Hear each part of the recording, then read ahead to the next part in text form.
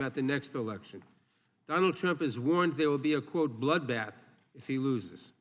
Republican Ohio State Senator George Lang said just last week at a rally for J.D. Vance that he is, quote, afraid that civil war might be necessary if Republicans lose the November election. President of the right-wing think tank and Project 2025 leader, the Heritage Foundation, Kevin Roberts, said on Stephen Bannon's podcast, quote, "We are in the process of the second American Revolution, which will remain bloodless if the left allows it to be," close quote. Republican former Alaska Governor Sarah Palin said in August of last year of Trump's indictments, "Do you want us to be in civil war? Because that's what's going to happen. We're not going to keep putting up with this. We do need to rise up and take our country back," close quote. I could go on, but it's more and more of the same. And I hear nothing from the other side of the aisle in this room about these statements. Do you support a bloodbath if you don't get the election outcome you want? Do you justify violence if the left does not agree with you?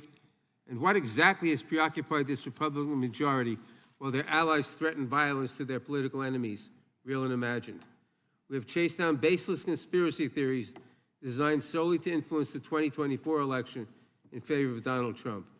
We have spent millions of dollars and thousands of hours of staff time in more than 100 transcribed interviews chasing false accusations against President Biden, supporting an impeachment effort that seemed designed to fail, and hunting for a smoking gun that simply does not exist.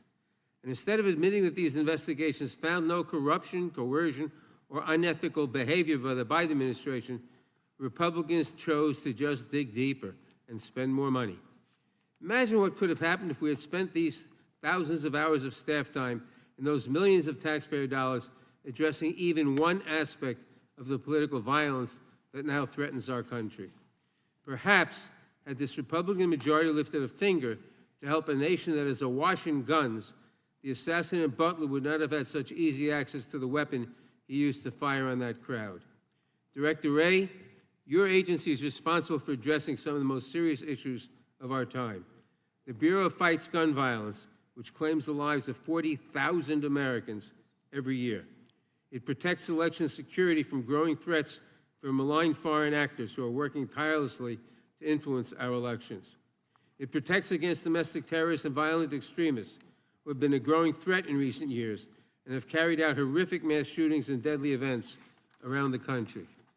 And so much more. I apologize to you, Director, that instead of supporting you in these missions in the 118th Congress, some of my colleagues have instead hindered your work, maligned your agents, and called to abolish and defund your agency, all for political gain. It is despicable, especially from the party that claims to, quote, back the blue. And I know that you and your many agents and employees have paid the price for these baseless attacks. I know you have faced a barrage of threats, distrust, and vitriol from the public as a result of these wild, politically driven conspiracies. I know it has become even more dangerous and difficult for you to come to work each day. I may not agree with you on everything, but I sincerely thank you and every employee in your agency who continues to protect our country. The FBI is vital to keeping America safe, and I pray that today we can focus on the real, substantive work of the agency. It is the least we owe our country in these times. I yield back. Gentleman yields back. Without objection, all other opening statements will be included in the record. We will now introduce today's witness. The Honorable Christopher Wray has been the Director of the FBI since 2017. He previously served as the Assistant Attorney General for the Criminal Division of the Department of Justice, the Principal Associate Deputy Attorney General, and Associate Deputy Attorney General, and as Assistant U.S. Attorney for the Northern District of Georgia. Again, Director Wray, you've been here many times. We appreciate you being here today, and look forward to your testimony and answering our questions. We will begin by swearing you in. Would you please rise and raise your right hand? Do you swear or affirm under penalty of perjury that the testimony you're about to give is true and correct to the best of your knowledge, information, and belief, so help you God? Let the record let the record reflect that the witness has answered in the affirmative. Thank you, and please be seated. We have votes coming in about 10 minutes, but we definitely want to get through your opening statement as far as we can, and this is going to be an interesting day on Capitol Hill with the Prime Minister of Israel here as well. So, Director Wray, you're recognized for your opening statement.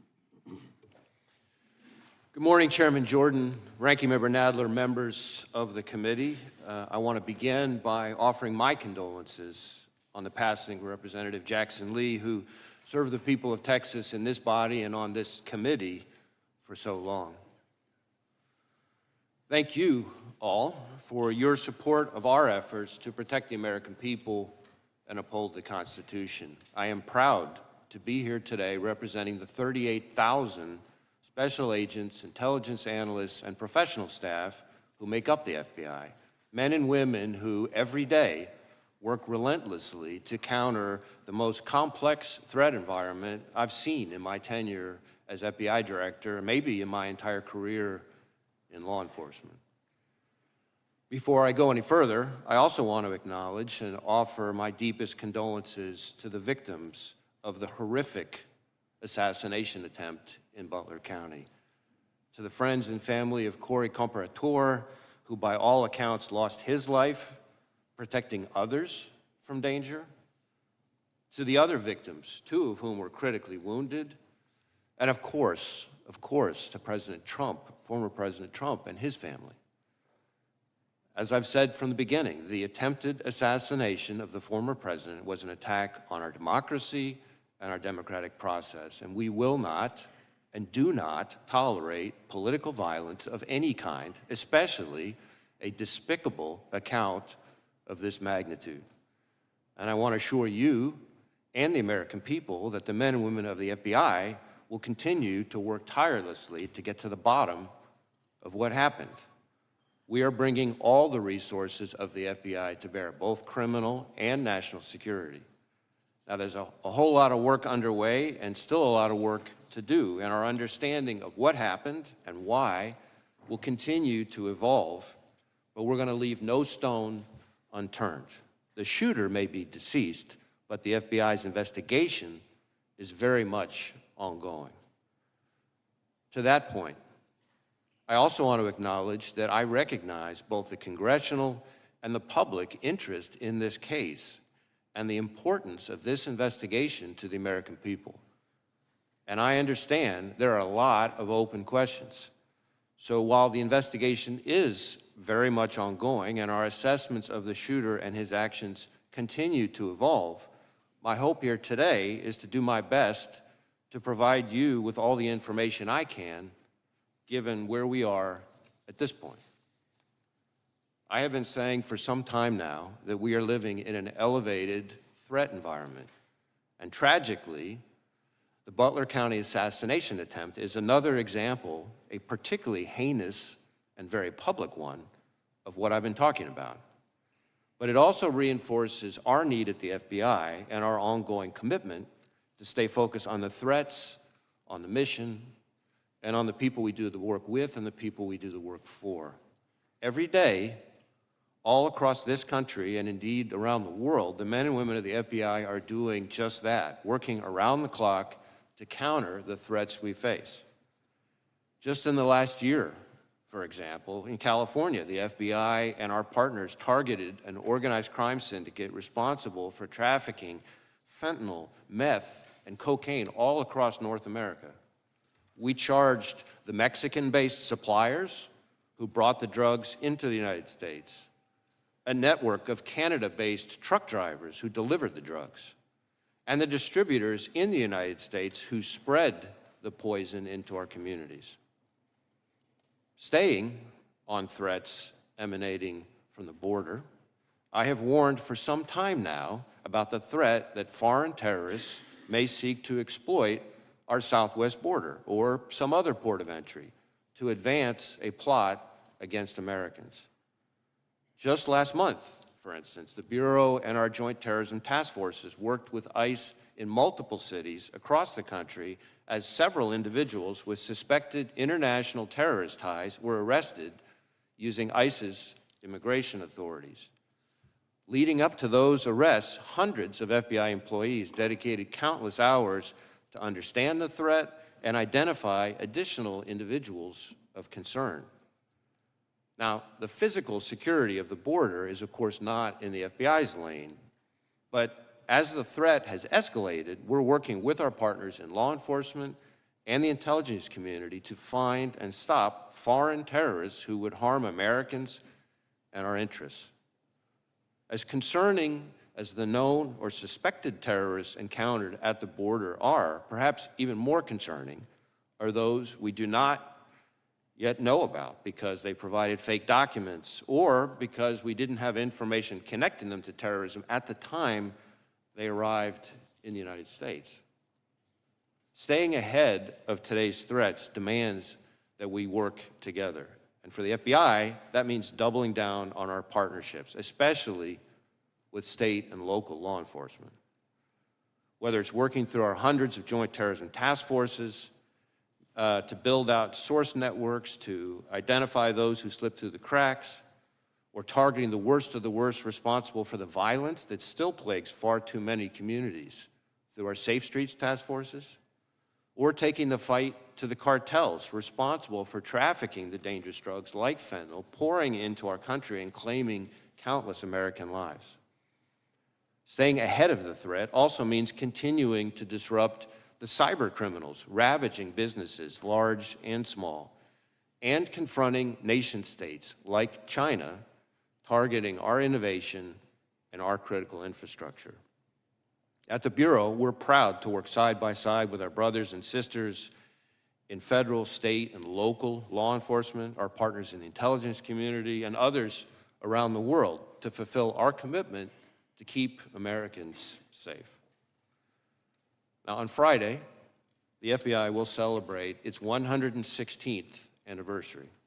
116 years of protecting the American people and upholding the Constitution. 116 years of working with our partners to safeguard the communities we serve.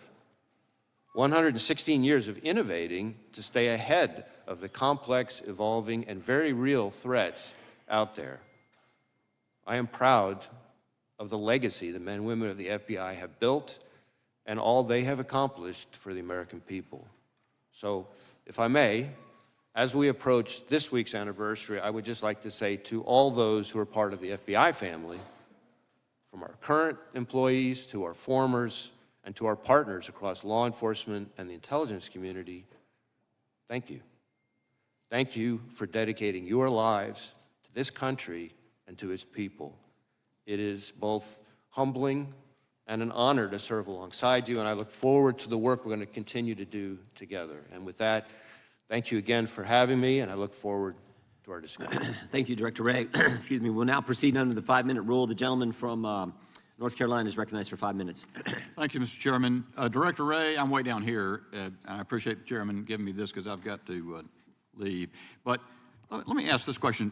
Why doesn't the FBI disclose to the American people all of the investigative detail and evidence that you are gathering as it is gathered? Well, we have tried to be transparent with both Congress and the American people as we're going along in the investigation, frankly, unusually so for an ongoing investigation, given the sheer nature of it. We have provided a lot of information. I expect to continue to provide information. I expect to be able to provide some additional information here today in response to your questions and your colleagues. But part of the issue is that, as like in any investigation, as we proceed, facts evolve. Our understanding of what somebody said turns out to have more context that we didn't have before. We have additional leads out there. So part of our goal is not just to respect the ongoing investigation process, but also to make sure that we don't prematurely provide information that then 2 days later turns out to be different than what we told people, because that's very much, kind of a natural part of any investigation. So, did Crooks fire 8 shots? We have recovered 8 cartridges on the roof. Why was Crooks allowed to get off 8 shots? Well, that, I think, is something we're still digging into. Again, maybe this is a good place for me to make clear the different investigations that are going on. So, because certainly I understand and given that I've only got 3 minutes left, and I know other members, I'm really interested because I appreciate your invitation. You said you're prepared to disclose things as questions are asked. So I don't want to waste time, I just want to get to the questions that might, and as many members as can, ask questions that you'll answer. I actually think I'd be glad for you to go on soliloquy, frankly, and tell us what you know. I think the American people want to know. Why was President Trump not kept off the stage? We don't know the answer to that, but I want to be clear, and this is important because I think it goes to questions that I can and cannot answer. Our investigation, the FBI's mandate, is focused on the shooter and all things related to his attack. Now, obviously, I understand very much the intense interest and focus on the Secret Service's performance, actions, decision-making, et cetera. There are two separate after-action reviews, the DHS Inspector General and the outside independent panel that's been convened that are focused on that. Now, our investigation will obviously overlap with that. Here's the problem. We're out 13 days, and you say we've been disclosing. You know, we had the the colonel from the Pennsylvania State Police in front of Homeland yesterday. He was quite candid. He disclosed to us that Butler Emergency Services Unit personnel were posted into the windows on the second floor of the AGR building, that they left there to go pursue the person that they spotted, Crooks, that they texted a photo of Crooks to the PSP representative in the command center. That information was relayed to the United States Secret Service. They asked that it be texted to someone else. That was many minutes before President Trump took the stand. What we don't know is why were they not keeping him off the stand? And to the extent, you know, I know we always hear when there's a criminal investigation, you got to wait for that to develop.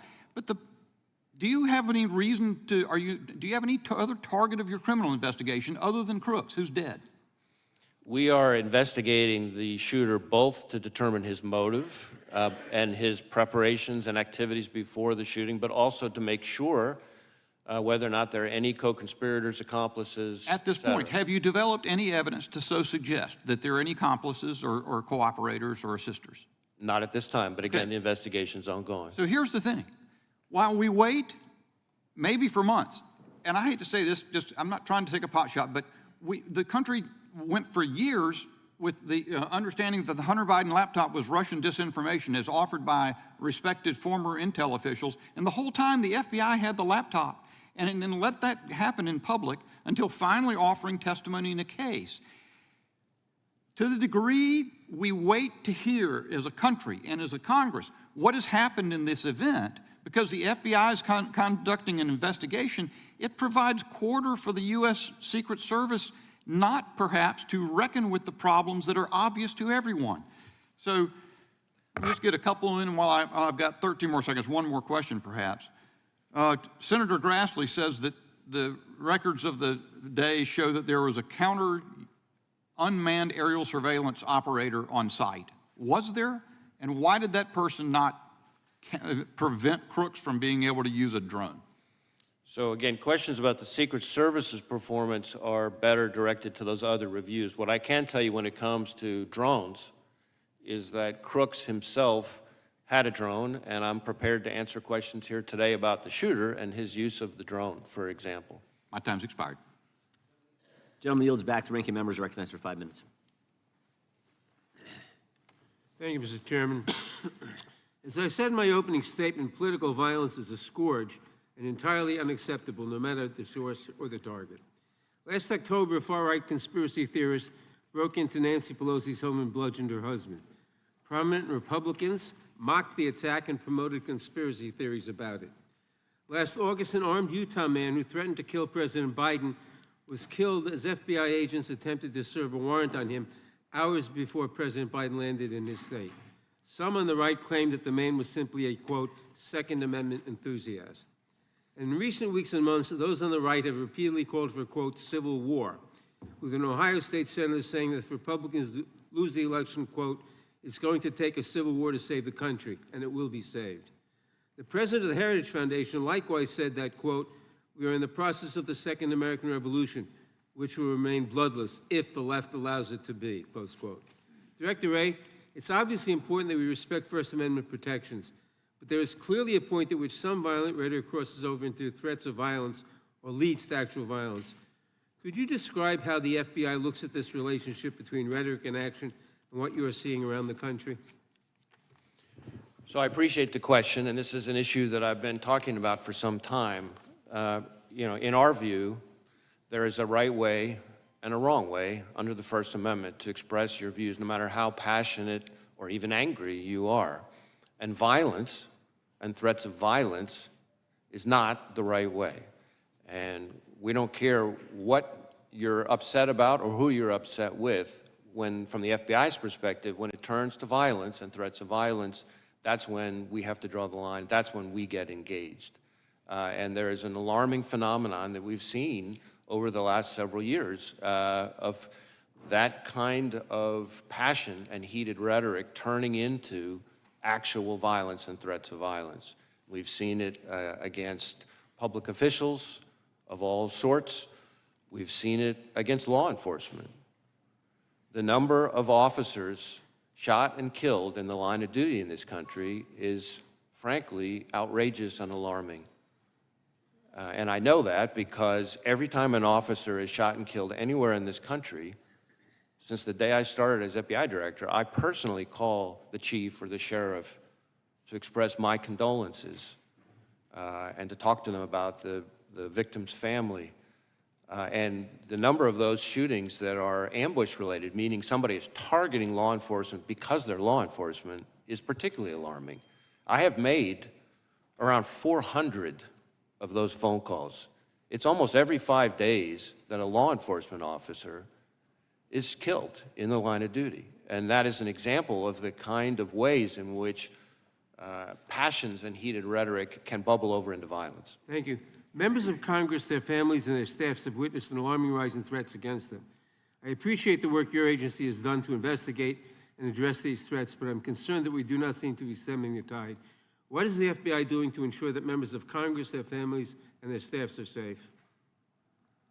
So we have a very close relationship with the Capitol Police, and we have members of the Capitol Police, for example, who are on some of our task forces. We share intelligence information about things that we're seeing, trends that we're seeing with Capitol Police and others in law enforcement. Obviously, if we have specific information about an effort to target a member of Congress, then we're getting with Capitol Police in a much more specific way. But those are some of the things that we're doing. Thank you. Now, Director, your office is leading the investigation into the attempted assassination of Donald Trump. Republicans in Congress, including members of this committee, have repeatedly called for defunding the FBI. What impact would defunding or even just limiting your funding have on the FBI's ability to conduct this and other investigations? So I understand that there are heated views, opinions about us, just like there are about every institution in today's America, but cutting our funding is incredibly short-sighted, and the people it really hurts are state and local law enforcement and the American people we're all sworn to protect. Thank you. During my remaining time, I want to turn to a different matter. In recent days, Republican members of Congress have attacked presumptive Democratic presidential nominee Kamala Harris as a, quote, DEI candidate, which presumably is code for women and person of color. It's not a new theme for them. In May, Chairman Jordan wrote to you claiming that because of DEI initiatives, the FBI is no longer hiring, quote, the best and brightest candidates to fill the position of special agent. With my remaining time, Director Wray, can you please answer the following questions? Is it true that hiring women and people of color means that FBI is no longer hiring the best and the brightest to serve as law enforcement officers? Is there any evidence that women and people of color are less effective in law enforcement roles? And what message does it send to prospective applicants when their leaders demean them and make judgments about them based solely on their race or gender? Witness may respond. So any notion that we have lowered our standards, our hiring standards, is just not accurate. In fact, our standards are as competitive and selective as ever. We have tens of thousands of people applying, and our selection rate is about 3.1%, which is more selective than just about any university in the country. And most of our applicants, I think something like 50% of them are coming from military or law enforcement backgrounds. About 50% of them also have advanced degrees. The average age is around 31, which means they're bringing a wealth of personal and professional experience when they arrive. And to suggest that those people, because of efforts related to diversity or anything like that, are less qualified, frankly, is not at all consistent with what I see, having visited all of our field offices and seen these young people in action, and I think is an insult to those hardworking men and women who've signed up to dedicate their lives for this country. Thank you, Director. I yield back. Gentleman yields back. Director, let me go back to where Mr. Bishop was. Tell me about the drone. You act like you wanted to fill us in on that. Fill us in. So we have recovered a drone that the shooter appears to have used. It's being exploited and analyzed by the FBI lab. The drone was recovered in his vehicle. So at the time of the shooting, the drone was in his vehicle with the controller.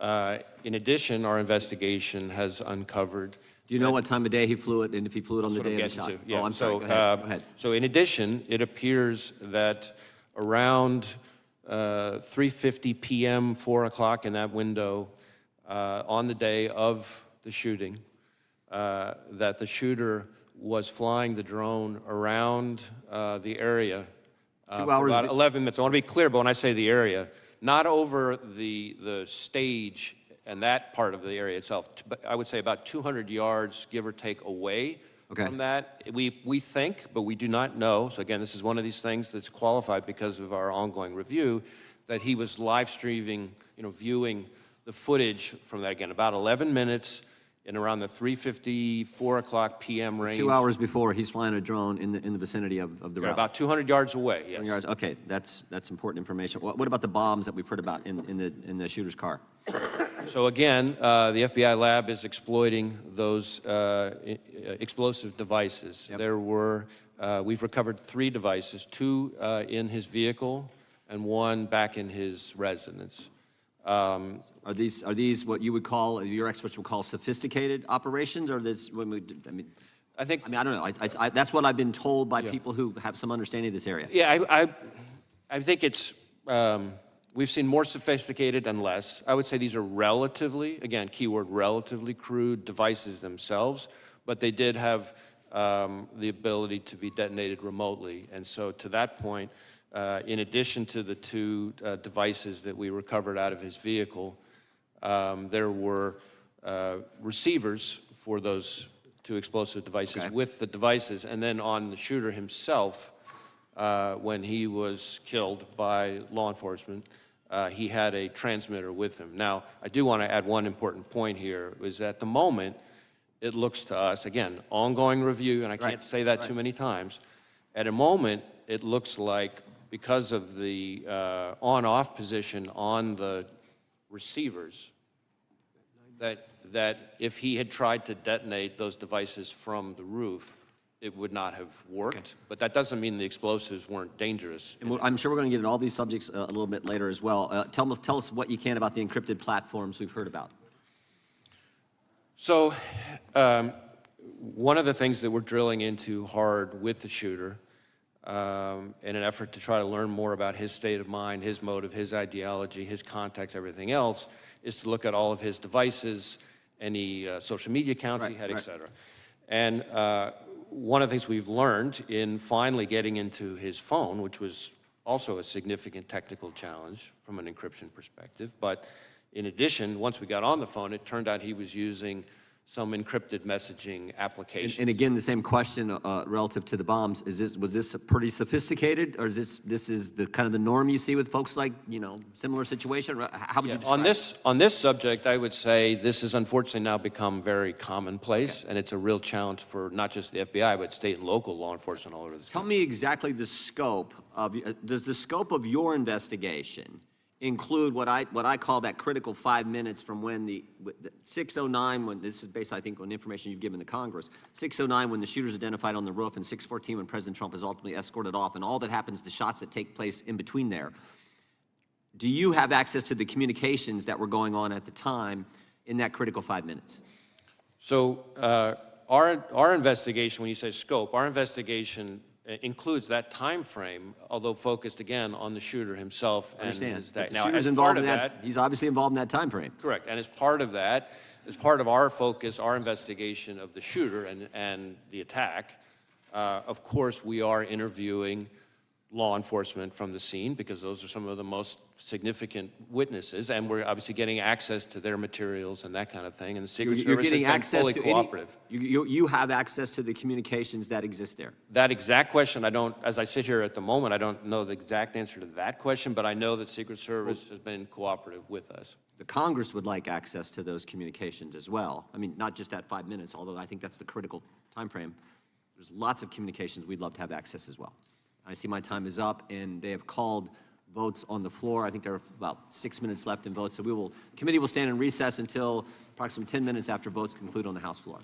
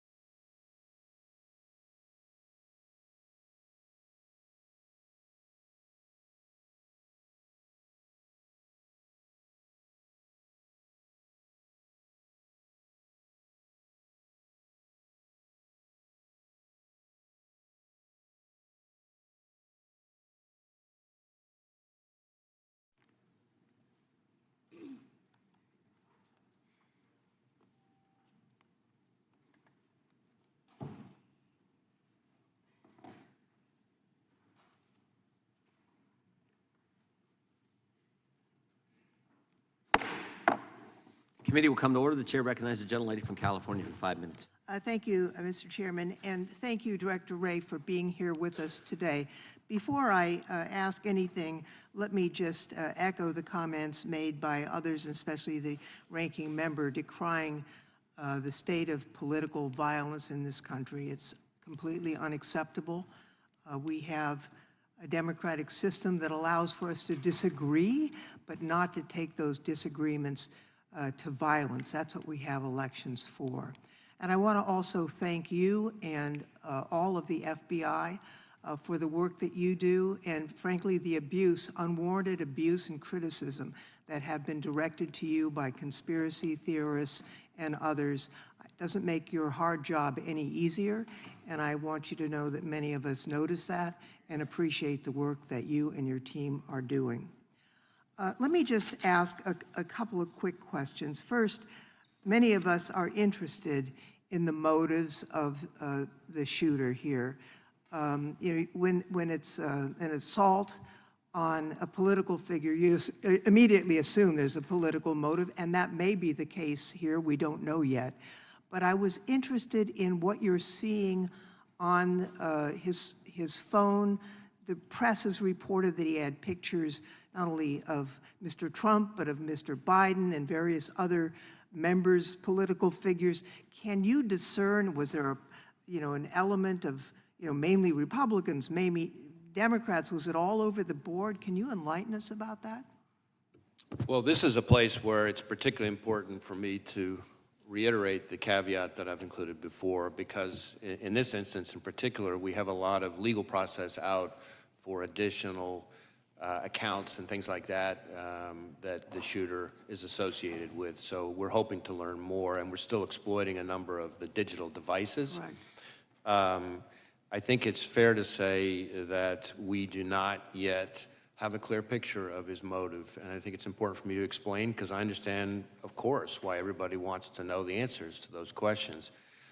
Often in an investigation, from interviewing people that the subject was in close contact with, looking at the individual's social media accounts, messages, often things, physical evidence in the person's residence. You might see a manifesto, things like that. We're not seeing that yet, but we are digging in hard, because this is one of the central questions for us. What I can say is that the shooter appears to have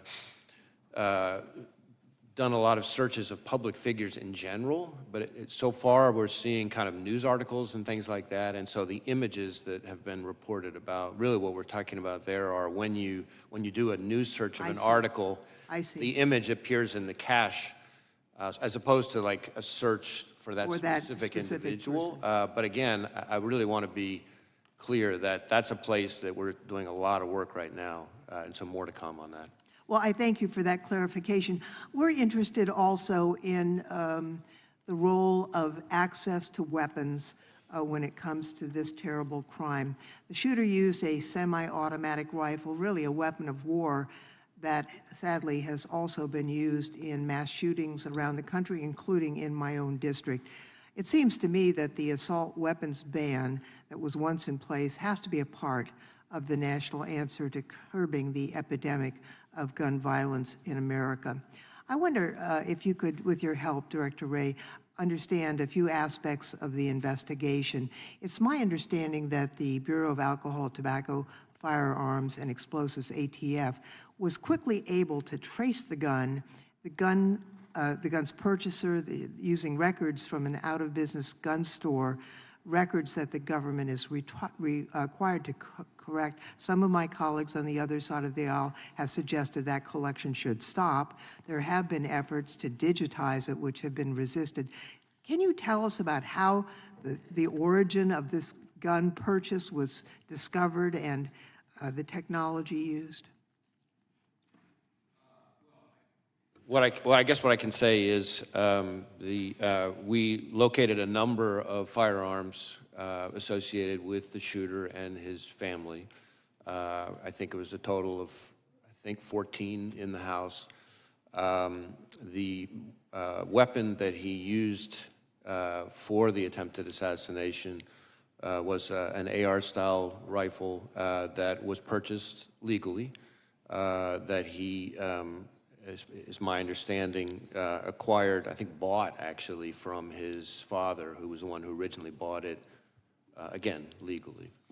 Thank you, Mr. Chairman. My time has expired, so I yield back. Gentlelady yields back. Gentleman from California is recognized. Thank you.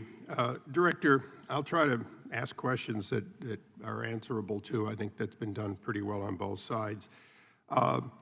You do the advanced threat assessment and deliver that information as to the general threat and then specifics as to protected people to the Secret Service. Is that correct?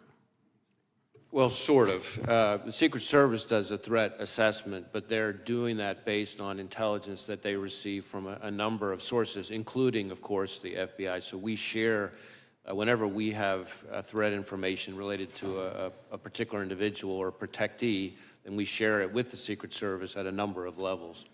So you're a participant, but ultimately the responsibility for threat assessment as to these individuals belongs to the Secret Service. Well, again, the threat assessment for the individual belongs to the Secret Service, but we are an important part of that because we share threat information, if we have any. They get threat information from a variety of sources. So, and you get them from that same variety of sources. They've got no sources that are excluded from the FBI, do they? Well, I don't know. I'm not aware of any that are excluded from the FBI, but they may receive information that comes directly to them that didn't come to us. Sure. Okay. Director, do you believe that former President Trump was a high-risk threat under your assessment? Well, I believe that former President Trump, really, frankly, like any president or former president, is a very high-profile figure and attracts a lot of, unfortunately, the kind of threats we've been talking about. It's fair to say, not on a scale of 1 to a million with little nuances, but on a scale of 1 to 10, President Trump's risk was very similar to a current president, very similar to, because he was the presumptive nominee and leading in the polls and so on, that he was a high risk by any standard. Is that correct? Certainly, there's a reason why he has so much protection around him. Okay. Robert F. Kennedy Jr., the son of assassinated senator and the nephew of an assassinated president, would you say he was also, as a presidential candidate, at significant risk? Again, I think any presidential candidate raises some level of risk. It might vary from candidate to No, but it's clearly a risk. Okay. In a nutshell, the day before this attack, President Trump was documented not to have gotten on multiple occasions from the Secret Service what they asked for. The day after, it looks like they're getting more. The day before, RFK had been denied by the president multiple times, Secret Service protection. The day after, he now has it. So now my question is the actions of a 20-year-old with a lone gunman on a roof sufficient to change the risk assessment in your mind for President Trump and RFK, or are we just realizing the threat that was always there and being more appropriate in matching it? And I know that's a little vague, but you've been at this for a long time. Hindsight is 20/20. Now that we have hindsight, is it fair to say that giving Robert F. Kennedy Jr. security, upping the security, including drones, overhead support for the president, former president, these are all things that in hindsight should have been done the day before? Well, let me try to answer your question this way. Of course, as I said, the assessments of the level of security to be provided to individual protectees. No, I understand it's a Secret Service decision. But what I would say to you is that, and I've been saying for quite some time, including in front of committees of this Congress, that we are in an elevated threat environment, and we have been for some time. And that comes from a variety of quarters. It is, quite frankly, a dangerous time to be a prominent public official. And in regards to that, the other side has spent a lot of time talking about what people on the right have said. But there was an attempted assassination on a Supreme Court justice. We have had the highest-ranking senator on the other side of this body saying that there were actions, that they were accountable. We have had multiple members of Congress in both the House and the Senate berating the character of members of the Supreme Court as a result of their decisions made, both, sometimes 6-3, sometimes unanimous, whatever. Are those comments, not any one of them, but are those comments and the generation of that sort of, oh, this guy's bad for democracy, this Supreme Court justice is a threat to democracy, is that the kind of thing that raises the threat level, and would you caution against that? Well, I do believe that we've seen an increase in threats of violence, which again, that's the FBI's lane, not rhetoric, no matter how despicable or heated it is, but violence and threats of violence. We have seen an uptick in threats towards judges, among other prominent public officials, including, as you say, a case that we helped investigate involving a threat to a sitting Supreme Court justice. An attempt. An attempt. Yeah, thank correct. you. Right. I think it's a reflection of a broader phenomenon that we are seeing in this country, where people, again, very passionate, I respect that, very angry, I respect that, but there's a right way and a wrong way to express yourself when you're angry. And violence and threats of violence just can't be it. And that's where we fit in. It's not my role as FBI director to call out particular people's rhetoric. There's a place for that, but that's not my role as FBI director. But when it turns to violence and threats of violence, that has to be treated as unacceptable, and that's the way we look at it. Thank you, Mr. Chairman. I yield back. Director, when did the FBI learn that Iran was threatening President Trump's life?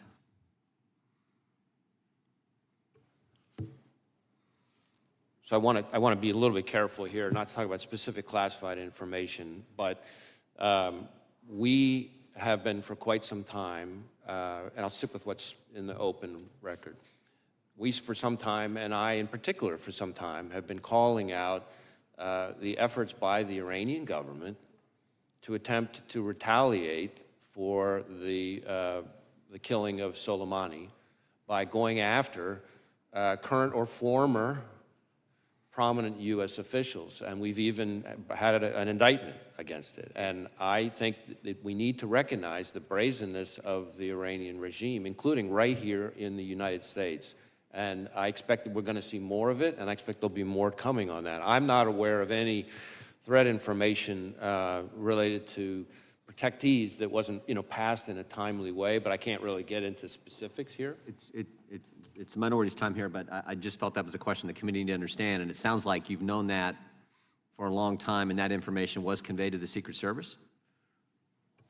Any information related to threats against the former president, which again, as we've sort of talked about, happens all too often, is something that we have a whole process we routinely share with the Secret Service at a number of levels in a timely way, and to my knowledge, that has consistently been followed.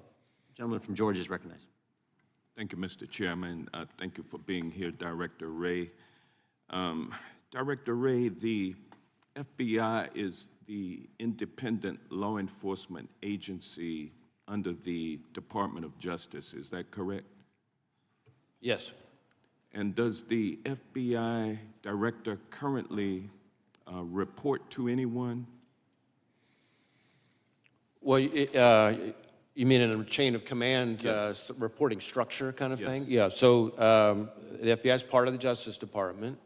On the org chart, you would see that the FBI director, and this has been true for decades, reports to the Deputy Attorney General, who reports to the Attorney General. Obviously, reports in a communication sense, I report to any number of people. As opposed to a micromanagement reporting system. Correct. And you would take issue, would you not, with any proposal that would change or alter that chain of command and place you or place a FBI director in the position of reporting directly to the president? Would you not? You would oppose that? I don't think that would be a wise reporting structure.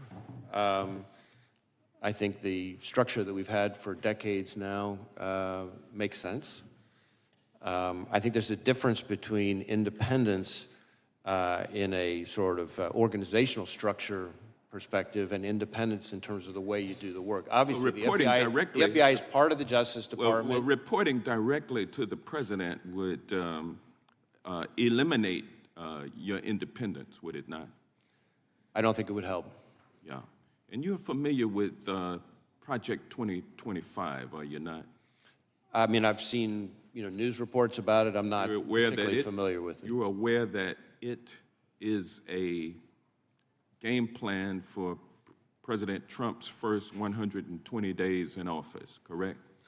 I'm really not familiar with the details. Again, I've seen reporting about it. It is, and what he proposes to do is to force the FBI director to appoint, report directly to him. That's what he wants to do within the first 120 days. He also wants to eliminate the position of FBI General Counsel. That is also set forth in Project 2025. How would you recommend that? I think the FBI's Office of General Counsel serves an incredibly important role, including in terms of advising our workforce. We have 38,000 people. The idea of having an organization like ours, an independent law enforcement agency like ours that doesn't have its own general counsel's office doesn't make sense to me. Well, it would seem like any proposal that would force the director to report to the president, and then there would be no legal counsel for the director of the FBI. That seems like it's an attempt to neuter the FBI and render it accountable only to the president. Isn't that correct? Well, let me put it this way. I recognize that the FBI director, this FBI director and every FBI director before me, serves at the pleasure of the president. And that's part of our system. I was appointed by President Trump. I respect that. I think that's a part of our structure. But independence in terms of how we do our work is what matters to me. And we need to be able to do our work in a way that is free from political interference. Well, you wouldn't be able to do that by reporting everything you do to the president and getting his authority and approval before you take action, correct? I don't think that would be a wise approach. And then there's even a proposal to replace many of those 38,000 dedicated civil servants who work for the FBI, replace them with a MAGA group that has pledged its allegiance to Donald Trump. What danger would that bring to the FBI if that were to happen? Well, again, I haven't read or reviewed this thing that you're assuming referring to. what I say is but, true. But What the FBI is impact would made that up of have? the FBI is made up of 38,000 dedicated career law enforcement professionals. It has no political appointees of any kind, unless you count me as a You don't nominee want of the that to former change president. either, do I you? don't think that should change. You I don't think want that is a bunch that is of MAGA part of how we loyalists do our work. being, Right. being the employees of the FBI. We're coming up on 116 it would- years of the FBI, and that's the way it has been for 116 It would years. be crazy to take 38,000 MAGA loyalists and put them at the FBI. That's frightening. That's what Project 2025 proposes, and I'm glad to know that you are not with that program, and with that I yield back. Gentleman yields back. Gentleman from Florida is recognized. Was the shooter on the FBI's radar in any way prior to the assassination attempt? We did not have any information about the shooter. He was not in our holdings before the shooting. No communication in any chat rooms, no CIs or confidential human sources have any interaction with? No, we've run a thorough search for the subject through all of our holdings, and he was not in them anywhere. Were there any FBI agents or informants present at the Trump rally in Butler? Not to my knowledge. And Mr. Jordan was talking to you about Iran. Were law enforcement resources diverted from the protection of President Trump to John Bolton as a consequence of concern that Mr. Bolton might have been the target of Iranian malign efforts? That's really a Secret Service decision. I don't know the answer to that. That's really something they would know better. What I can tell you is that there are a number of individuals. You mentioned one who we've brought a case a specific criminal case for the Iranians targeting for assassination, but how the Are you Secret going to Service get that answer allocates- to us, whether or not resources were diverted from Trump to Bolton? Is that just going to be part of your review? I think that's going to be part of the reviews by the Inspector General. The Inspector and General for after- DHS, right? Of DHS Right, and the outside panel. And I think that's after an important point because the Inspector General for DHS has really fallen out of favor with the administration because he's been pointing out all the problems on the border with Mayorkas and Biden, and we're always kind of worried that they're about to fire him, which would be a really bad idea now that this role that you've identified is so critical. Be a bad idea to fire the IG for DHS during the pendency of this, right, Mr. Director? I don't think that would be a good idea. I'm with you on that. So I want to zoom out a little bit. How often do you brief President Biden? You mean on this No, just specific generally. case? No, in your role as FBI director. I mean, I don't know that I could give you a number. Is it like weekly, monthly, daily? It's not at a regular cadence. There have been times when there have been months at a time when I haven't, and then there have been times when several days apart I have. Okay. It's always with other people. The vice president, is she typically there? Often has been. Okay, so when did you notice his decline?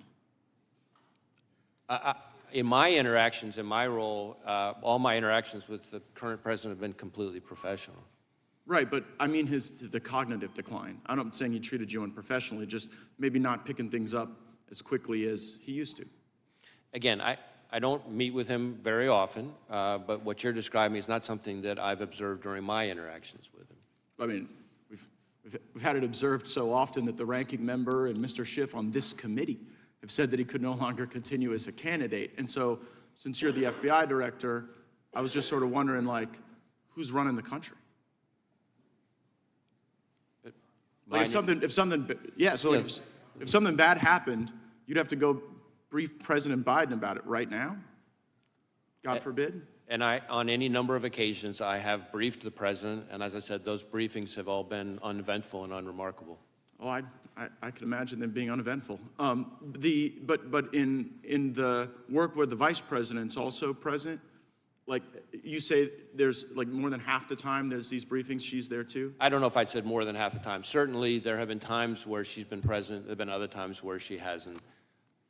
I take you at your word when you say this is the most complicated threat environment you've ever observed over a long career in law enforcement. And I'm just kind of wondering, with this assassination attempt, with the invasion at our border, with all the Hamas that have been let in that you've talked about and briefed about, like, is Biden up to it? And if he's not up to it, and you're a guy who's been regularly briefing him, like, who's been in on this conspiracy to hide the real Joe Biden from all of us for years? It never occurred to you that this guy wasn't up to it in all these briefings you did? As I said, my briefings with the president have all been completely fine. Were they between 10 a.m. and 4 p.m.? He's asked questions. There hasn't been anything of note in the area that you're talking about. Yeah, did you ever have to brief him before 10 a.m. or after 4 p.m.? We hear those are his good hours. I've certainly times that I have briefed have included outside those hours. Right, okay. I just, I think the American people want to know how we got to this point with someone who's so diminished his own party has basically put him out to pasture.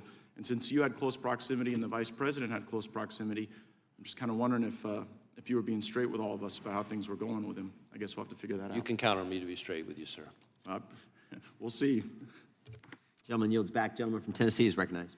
Thank you. Firstly, I'd like to recognize, unfortunately, the fact that our colleague and my colleagues, side by side, mate for many, many years in this committee, Sheila Jackson Lee, is no longer with us. She was a great member and a force for America, and her loss is felt and it's great.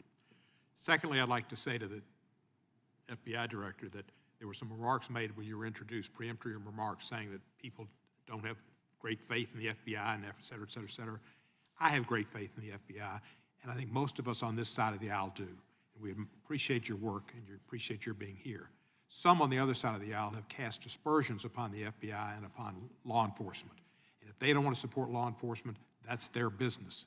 But I support law enforcement, and the FBI is the top rank of law enforcement in our country. So I thank you and all of your people that work with you. Secondly, there's been some questions about the FBI maybe being weaponized. Did President Biden ever ask you to get involved in the case in Orlando, Florida, where Kevin McCarthy says that Mr. Gates is investigated for some sexual involvement with a 17-year-old girl? Did the president or anybody in the Democratic Party, as Mr. McCarthy has suggested, weaponized you and tried to get you involved in that case? No, sir. Good, thank you. Just wanted to make sure of that. Butler, Pennsylvania, I read something about a ladder. He used a ladder to get up on that roof, and that the ladder was found somewhere a distance away. Is that true? So we do know that he purchased a ladder. I think, if I recall correctly, it was about a 5-foot tall type of ladder. But importantly, we did not find the ladder at the scene. So it's not clear that he used the ladder to get on top of the roof. So you don't think we're the ladder... still digging into all that, things related to the ladder and his access to the roof. But he did buy a ladder, but the ladder was not found at the scene. Ladder didn't have any feet on it. It didn't walk off. Oh, yeah, right. Thank you, sir. There have been a lot of threats against public officials. We've seen Mr. Scalise terribly shot, and we saw Gabby Gifford shot, and other Congress people, and many of us have had death threats. And the FBI has, I think, been made aware of those to help protect us, and I appreciate that greatly. But we've also had election officials and poll workers threatened. What is the FBI doing in consultation with other law enforcement to ensure every eligible voter can safely and confidently cast a ballot this year? So when it comes to threats to election workers in particular, we participate in the election threats task force that DOJ set up. We also, and there have been quite a number already of arrests and convictions under that task force. We have got a number of investigations underway that involve all kinds of threats to election workers, ranging from online threats to, there was even some mailings that included fentanyl. So there's been a number of types of threats to election workers. And these are, after all, people who are putting in their own time for the good of the country to try to help us have a functioning democracy. And so the idea that they would be targeted with violence is just outrageous. We are sharing information with election officials about things to be on the lookout for. We have election crime coordinators in all 50 And you'll be prepared for Election Day with additional, FBI will be looking out for. Yes. Thank you, thank you. Jeffrey Epstein, been in the news a lot lately about involvement with certain people high in politics involved. Did the FBI conduct the raid on his townhouse in New York when he was incarcerated in New York? There was a raid on his East Side townhouse.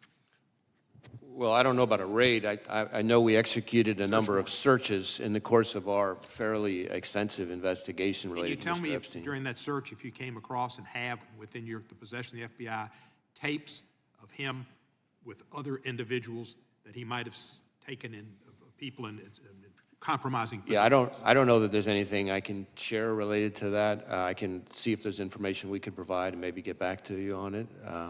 If there were tapes of people in prominent positions, friends of his he'd posed for pictures with, possibly in compromising positions, it would be, the public, I think, has a right to see those. Well, I mean, how we handle evidence recovered in a criminal investigation has all kinds of rules that apply to it. I recognize the intense public interest in the subject, but we'd have to follow our rules. But I'm happy, like I said, I'm happy to follow up with my team on it. Thank you, sir, and I appreciate your service, and thank you for being here today.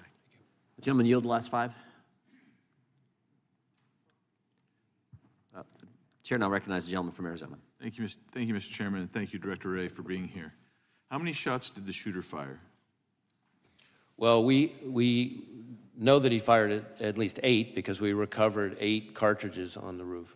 Okay, and are all the cartridges and the unspent bullets, have they been, you know how many there are, you've accounted for all of those? We, so I assume, yeah. We believe we have. Again, there was lots of work still ongoing, but yes, we believe we have accounted. And did the recovered shells, the cartridges, match the shooter's rifle? My recollection is yes. Okay. And you conducted an analysis that confirms that? Well, we work with ATF, but yes, so some of the work has been divided up. But. And how many shells casings were recovered from the location of the counter snipers? I'm sorry, I couldn't hear the last part. From the counter snipers location? That I don't have the answer, at least here at my fingertips. Okay.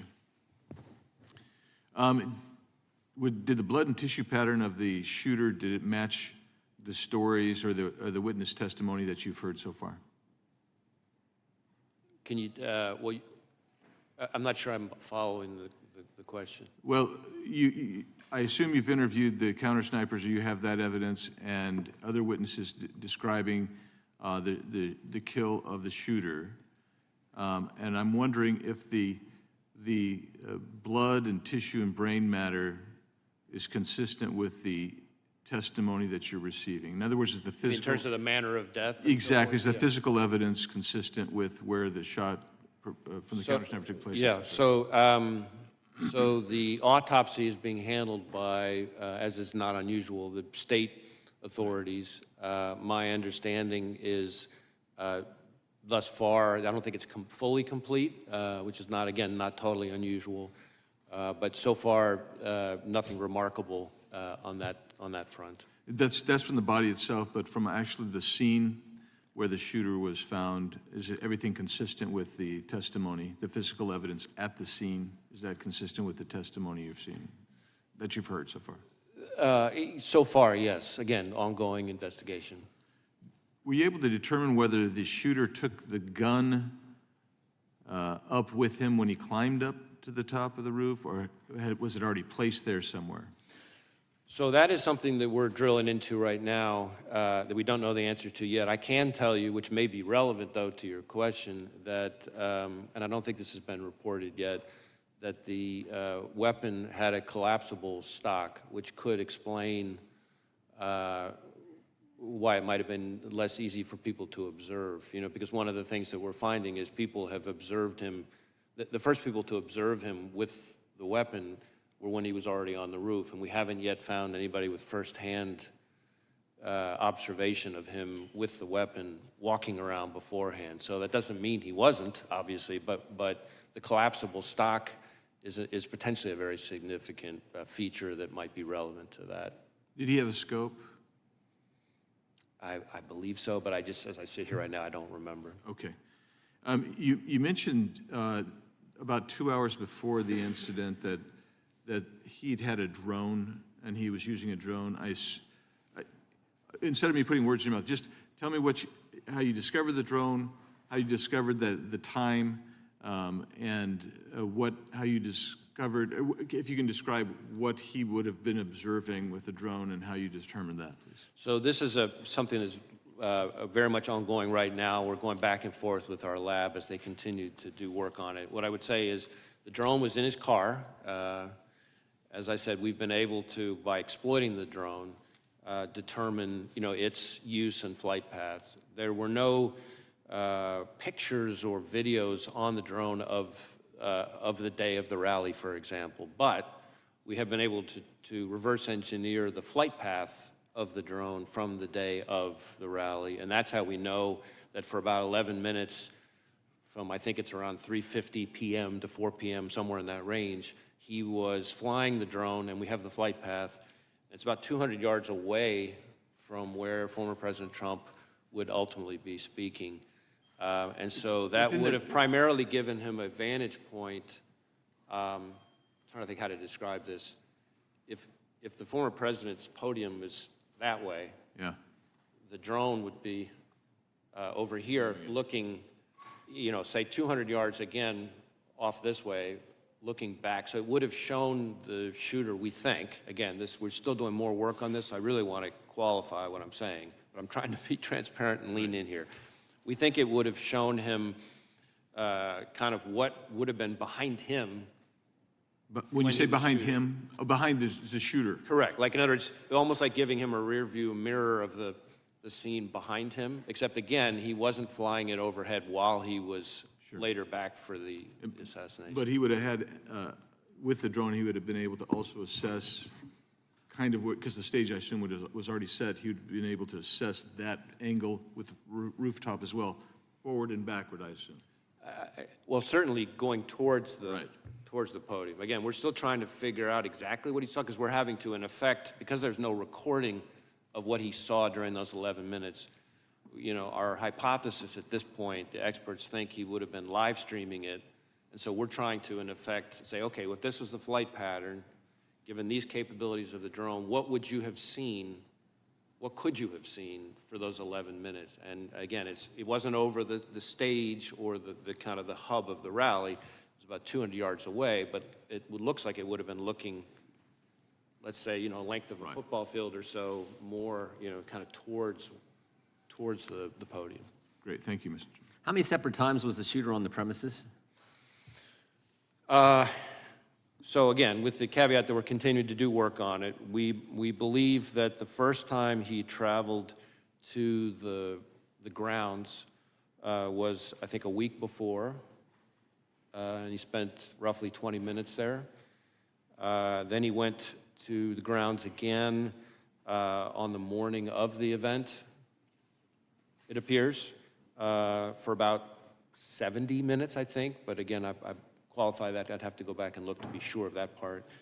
And then he came back in the afternoon, so that would be, I guess, a third time for good, but that included things like this drone activity we just talked about.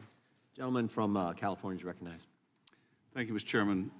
Director, thank you for appearing. Thank you for the extraordinary job that you're doing. Please convey our thanks to the men and women at the Bureau for their incredible work. I've worked with them since I was an assistant U.S. attorney more than 30 years ago.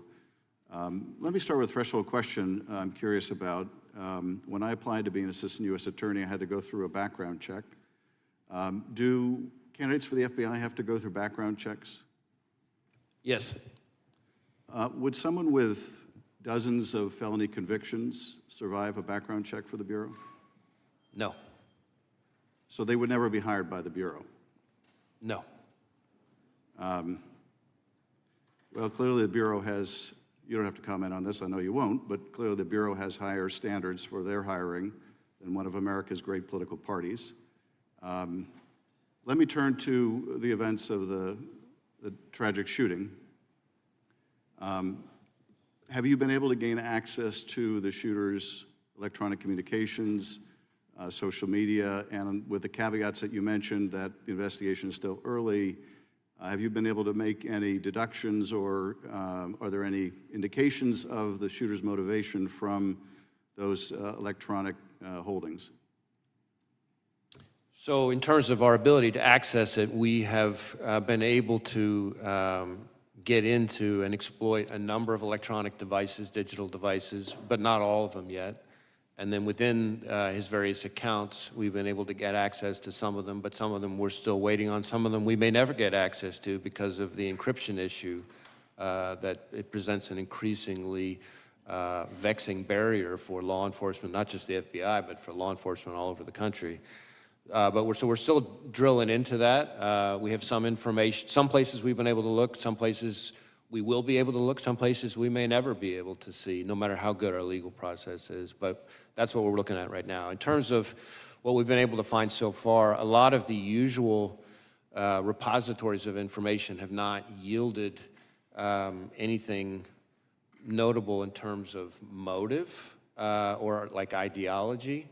Having said that, it does appear fairly clear that he was interested in public figures, kind of more broadly, and I think this is important, that starting somewhere around July 6th or so, he became very focused on former President Trump and this rally.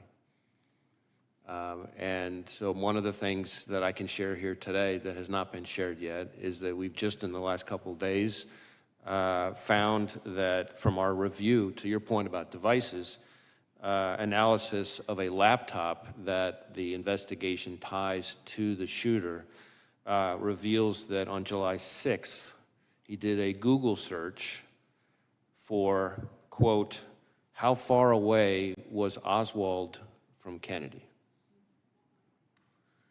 And so that's a search that obviously is significant in terms of his state of mind. That is the same day that it appears that he registered for the Butler rally.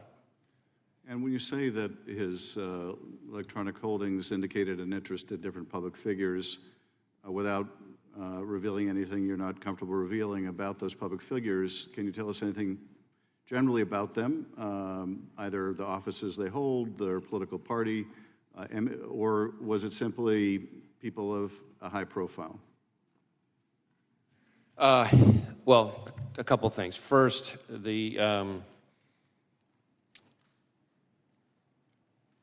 the images that we've recovered so far from, I can't remember which of his various devices, appear to be what we call cached images from searches of news articles. So if you do a news article search, of course, if there are photos on it, those photos get stored automatically in your cache, as opposed to me searching or him searching for a specific person and getting up images of that person. As far as the pictures that are like that, there doesn't seem to be a whole lot of rhyme or reason to it so far, other than these are, all prominent public people, but they cover both parties, they cover both U.S. people and even some foreign public officials. So that part doesn't appear to, that one repository of information doesn't appear to be overly indicative of motive, other than interest in public figures, but that could be just because he was reading news stories. So we're still trying to drill into that. That's why all of these outstanding legal process returns that we're waiting on for various accounts, platforms, et cetera, any one of them could be one that would have very indicative, very important information. If I could be permitted one very short additional question, Chairman. From that, any indication of any other particular target, that is someone who was not just sort of generically the subject of the searches you described, but for which there was more of an interest than others? There's the information I just described at the moment does not appear particularly indicative of targeting in its own right. But again, that dot, once we get other information, could connect in a way that might be more meaningful. But I'm sharing that piece of information with this committee and with the American public, but I think it's important that we put down a qualification. This does not appear to be some kind of target list or something like that. This is cached images from running searches of news stories. And again, there's nothing at the moment, there's no pattern from that particular piece of information that is overly remarkable so far. Thank you. Thank you, Chairman. Gentleman yields back. Gentleman from California is recognized. Mr. Director, you previously told us that you consider the situation on the southern border to be a massive security threat to our country. Is that still your assessment? I stand by my prior testimony, and in fact, just in the last month or so, we've done, conducted a significant series of arrests. I say we, our Joint Terrorism Task Force is working with ICE of a number of individuals with suspected international terrorism ties. And I have also been very vocal about the fact that and this is really since the last time I appeared before you, that we are increasingly concerned about the possibility, not just of a foreign terrorist-inspired attack, which is very much a concern, but even the potential for a coordinated foreign terrorist attack, perhaps like what we've seen against the concert hall in Russia, for example, but just here in the United States. Well, the 19 suicide bombers who overstayed visas were responsible for 3,000 American deaths on 9/11. What's your best estimate of the number of foreign terrorists who are now in our country? I don't know that I could give you that number. What I can tell you is we have lots of foreign terrorism-related investigations, but that doesn't mean that all of them came in, illegally or anything like that. It seems to me that the simplest act of terrorism would be for dozens of guerrillas to attack low-security, high-density venues, for example, Friday night high school football games all across the country at the same hour with bombs and automatic weapons. That would produce thousands of casualties from coast to coast in a matter of minutes. How likely is such a scenario? Well, what you're describing would require, of course, a lot of coordination But what I will tell you, and I think you're onto a particularly important point from my perspective, which is that unlike the 9/11 attacks, which, again, I was in FBI headquarters on the day of 9/11, and so I remember it vividly, and I've spent plenty of time in the period after that in my prior positions engaged with the families and the victims. But what we're seeing more and more with the foreign terrorist threat, and frankly also the domestic terrorism threat, is a focus on kind of like what you're talking about, well, what I would call soft targets, which is really for the American people's benefit, just intelligence community speak for where everyday people live their everyday lives. What terrorist groups have now infiltrated our country that you're tracking? Well, I don't know that I would say infiltrated. We have investigations as we speak that relate to ISIS and its affiliates. We have investigations as we speak that relate to Al-Qaeda. We have investigations as we speak that relate to Al-Shabaab. We have investigations as we speak that relate to the Iranian proxies, Hezbollah, and so frankly, even the IRGC Quds Force itself. What foreign criminal gangs are now in our country that you're most concerned with? Well, foreign criminal gangs, I mean, we obviously have investigations, a lot of investigations into, gangs like MS-13, for example, and some of its counterparts. Although I think if you were to talk to most chiefs and sheriffs like I'm doing every week, we shouldn't underestimate how prevalent neighborhood gangs are, really. It's a lot of the gang violence that... Well, I'm concerned about those that we've allowed in through the southern border and what threat they are now posing. Do you believe that the vetting performed at the southwest border is adequate to ensure that aliens with terrorist or criminal gang ties are not being released into the United States? Well, it's not really for me to speak to the vetting. What I would tell you is that... you have to deal with it once they're released into the United States. And one of the concerns that I have, which I touched on briefly in my opening, is there's been a lot of focus on the number of known or suspected terrorists encountered at the border, and that number has increased over the last 5 or 6 years, and that should be of concern. But frankly, to me, the bigger concern is individuals who weren't either weren't on the watch list at the time they came in because there wasn't information known yet that ties them to terrorism, and it's only after they get in that some new piece of information develops somewhere overseas, and now we know. That's a bigger concern. We've been warned that they basically vet against a blank sheet of paper. If they don't have a record in this country, Border Patrol probably doesn't have any record. They're released into the country, and you find out later of the dangers. Or if they use fake documents and there aren't biometrics to connect them. Sometimes there are people who come in who, because of the nature of the threat information that puts somebody on the watch list, there wasn't, fingerprints from the person at the time, because not every piece of intelligence comes with fingerprints. So then the guy comes in using fake ID, and of course, there's no reason to connect them. And of course, the 2 million gotaways you know absolutely nothing about. Exactly. Well, I don't know about absolutely nothing, because we may come across them in other things. I mean, one of the key parts of our collective defense here is that we work with 800,000 sworn law enforcement across the country, and we train them on the right questions to ask and things like that, so that we can build in additional eyes and ears if they, do a traffic stop or whatever happens to be. We run a greater chance of leveraging all that to pick up people who may have slipped through the cracks. Gentleman yields back. The gentleman from California is recognized. Director, we're about 100 days until the election. Russia has attacked our democracy in past elections. Are they seeking to do it in this one?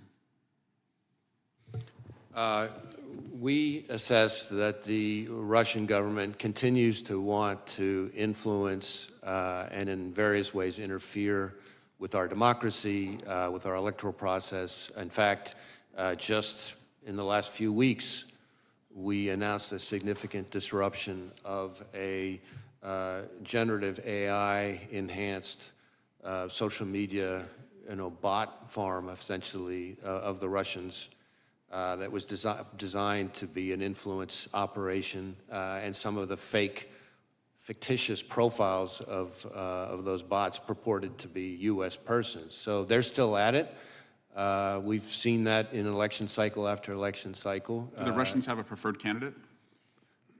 I'm not sure that I could speak to that here, but certainly what I would tell you is it's not just the Russians, and I think that's important for people to know too. There's a lot of attention to the Russians, as there should be, but we also know, you may recall that in 2020, Director Ratcliffe and I announced an effort by the Iranians to try to interfere, and more recently, we've had indictments related to China. 34 Chinese MPS officers creating fictitious personas, posting false information online, full of narratives designed to sow divisiveness, discord, undermine us. And I'm talking about narratives that they were pushing, again, purporting to be Americans, but actually Chinese MPS officers. For example, trashing any suggestion that COVID came from a lab leak, or trashing U.S. law enforcement on the occasion of the anniversary of George Floyd's death. And shifting to the attempted assassination on the former president, I want to make it clear, in America, violence has never been the answer. Not on a certain day in January or a recent day in July. And I just want to go through the shooting just briefly with you. How many armed officers were within the perimeter, just ballpark figure? You know, that really goes to the security posture, which is the subject of the DHS Inspector General's review and the outside panel, independent panel that's been. Would you say probably more than 100, though? I have to believe that number, but I don't have that number at my fingertips. Our focus is on the shooter and his attack. And the shooter was able to get 8 shots off before he was killed? That's what it would appear, yes. Type of weapon used by the shooter was an assault rifle? Was an AR-style rifle. So that means one trigger pull, 1 round, is that right? Essentially. Do you like to shoot? Do I? Yeah. Yeah, yes. Do you know the difference between an AR and a bolt-action rifle?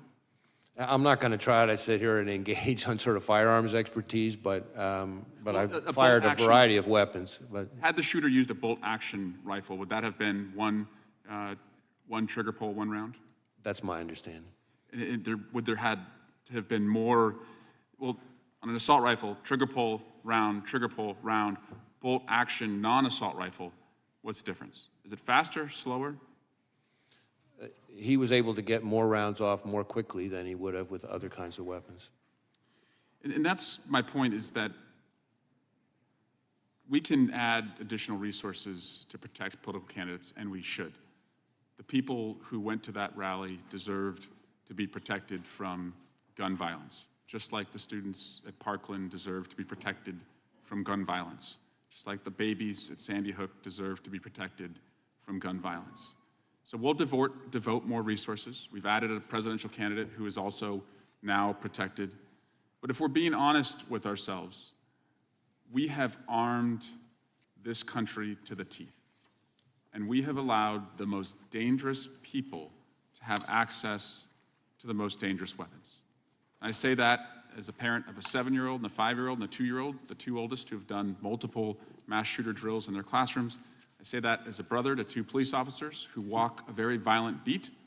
And I say that as an elected official who believes that my colleagues deserve to be as safe as I deserve to be when we are at political rallies. And so we really need to step back and think, if we allow these weapons to be in our country, can we truly protect our elected officials, and can we truly protect, most importantly, our children and the next generation? I yield back.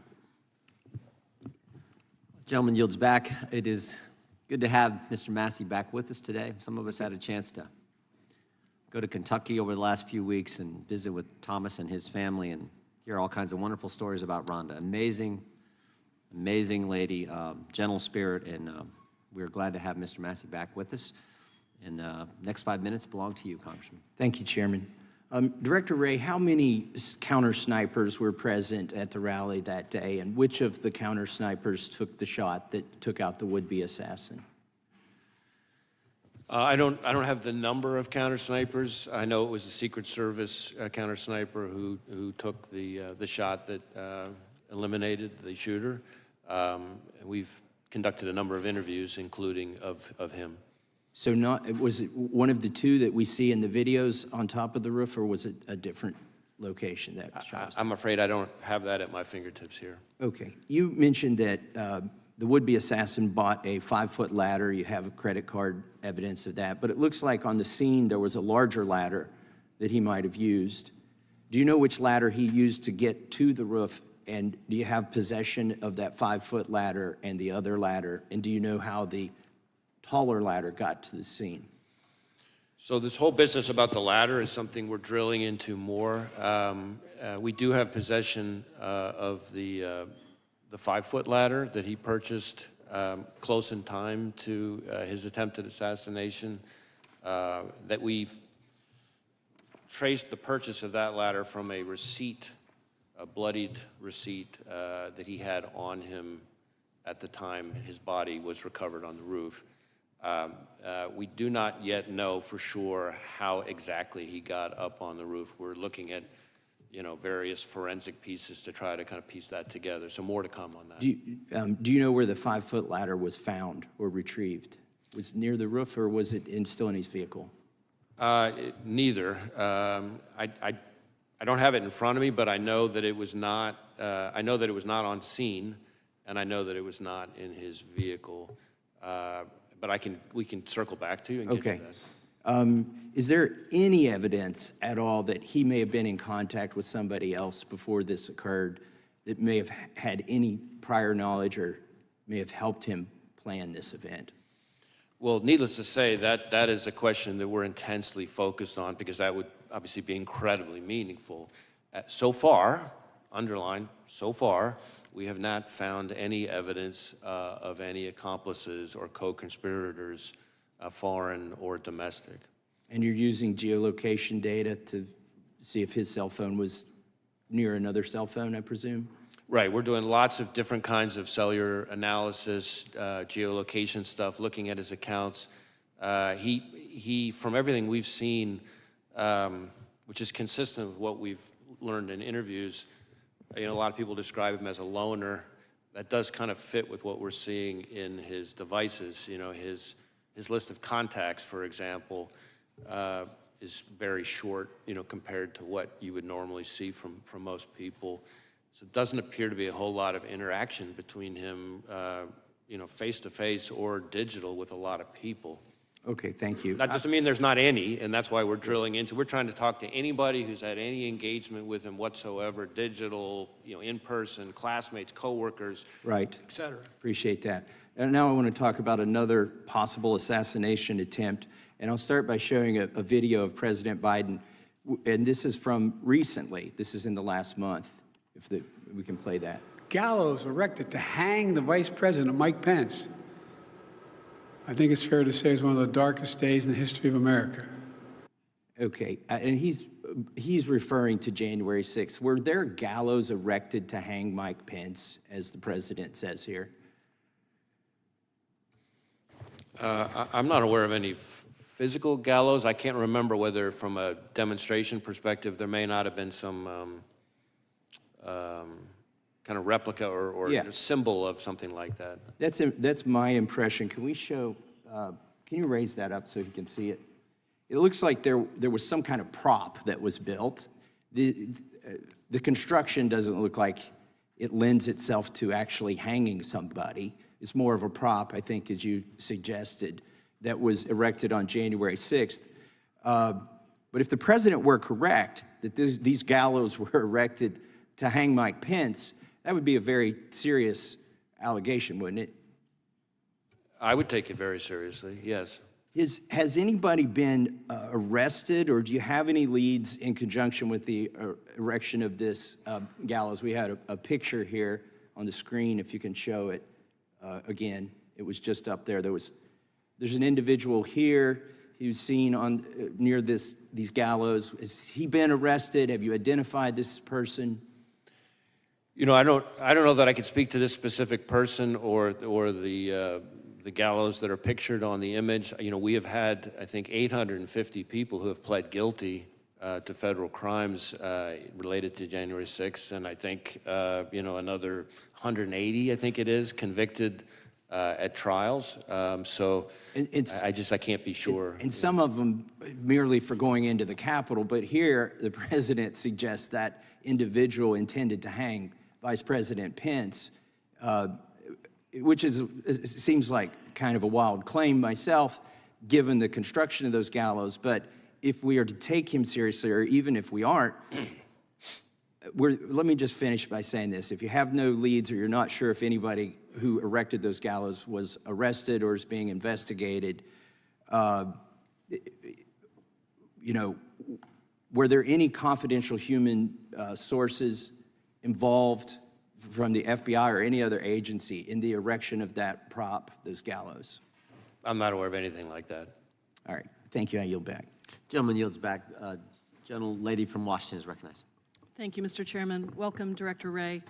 Political violence of any kind is dangerous, unlawful, and totally unacceptable.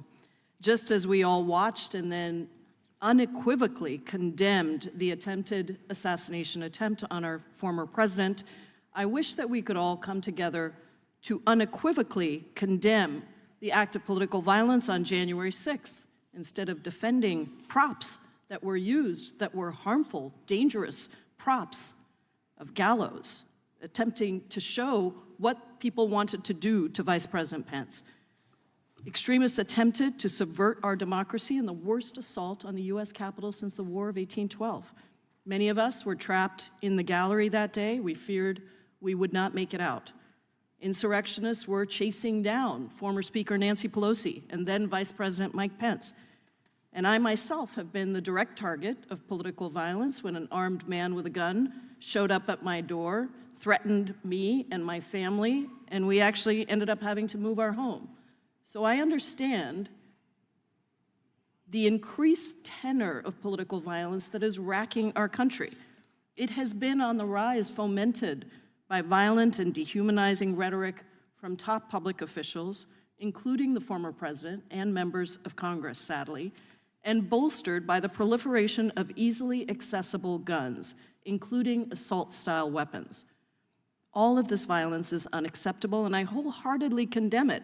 I just hope we condemn all of the violence, not just one or two incidents. Mr. Wray, today I want to focus on the role of the FBI and the need for the Bureau to remain politically neutral and independent. The FBI cannot and should not be subject to the whims of any president. The majority apparently doesn't think that the FBI needs to be politically neutral and independent. They want an FBI subordinate to the president, not accountable to the American people.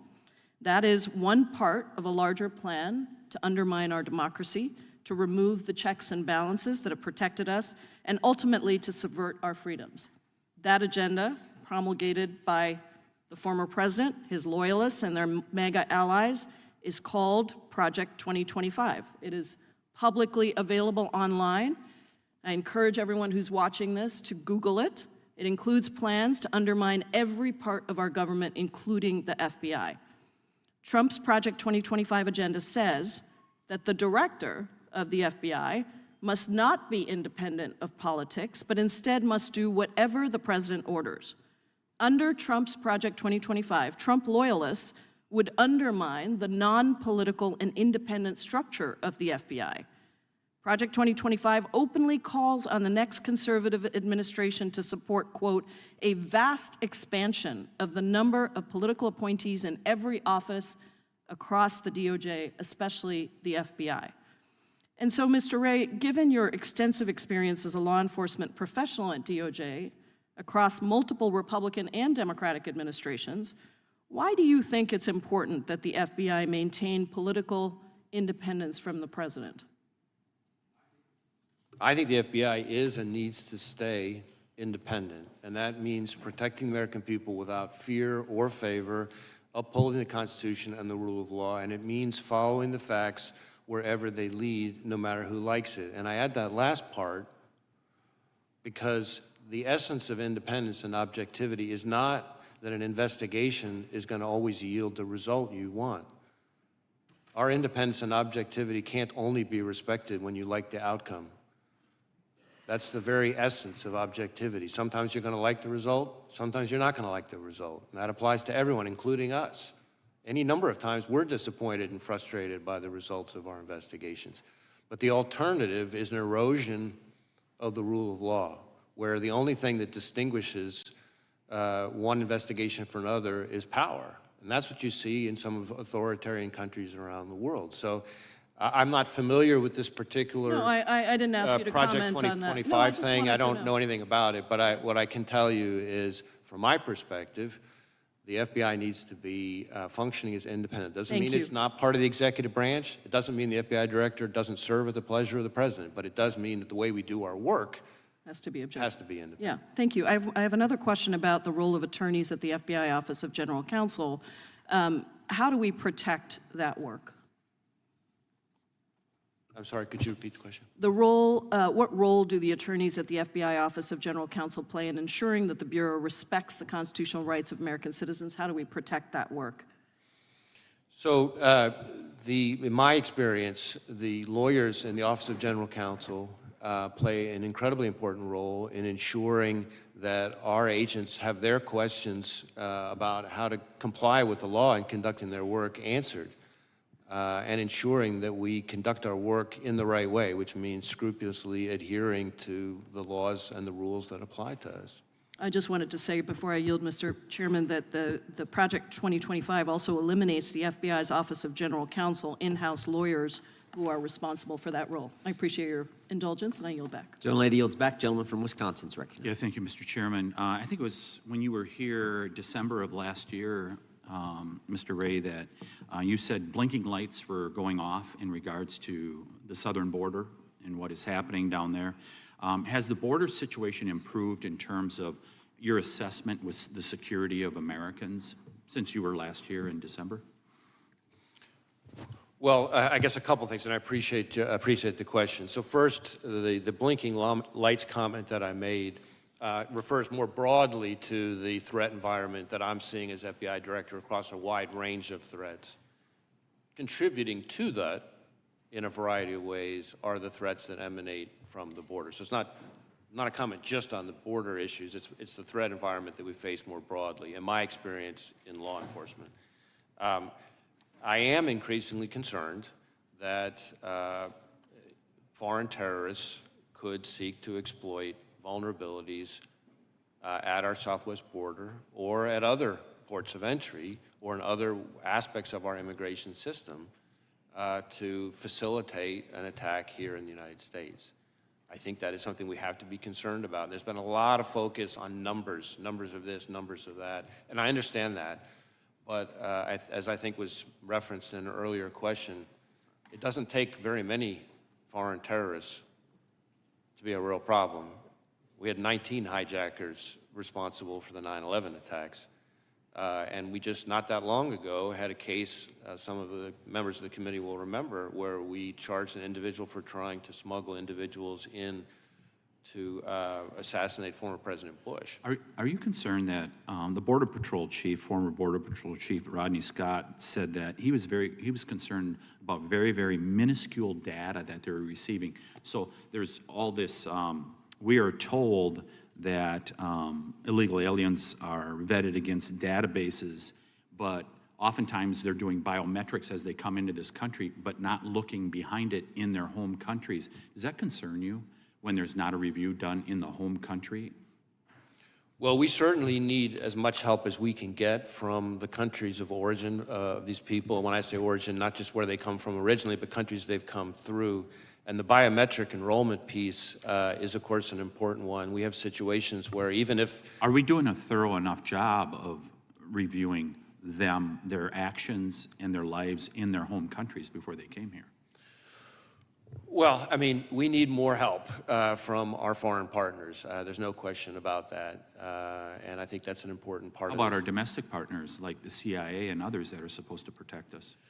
So there's been a lot of discussion, of course, over the last several years about the pivot to what's called the hard targets, right? The understandable focus, which I support, of of focusing on the threat posed by China and Russia and Iran.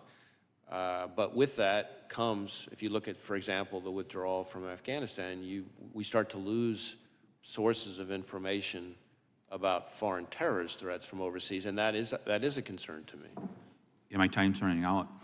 Has Vice President Harris met with you in regards to the border?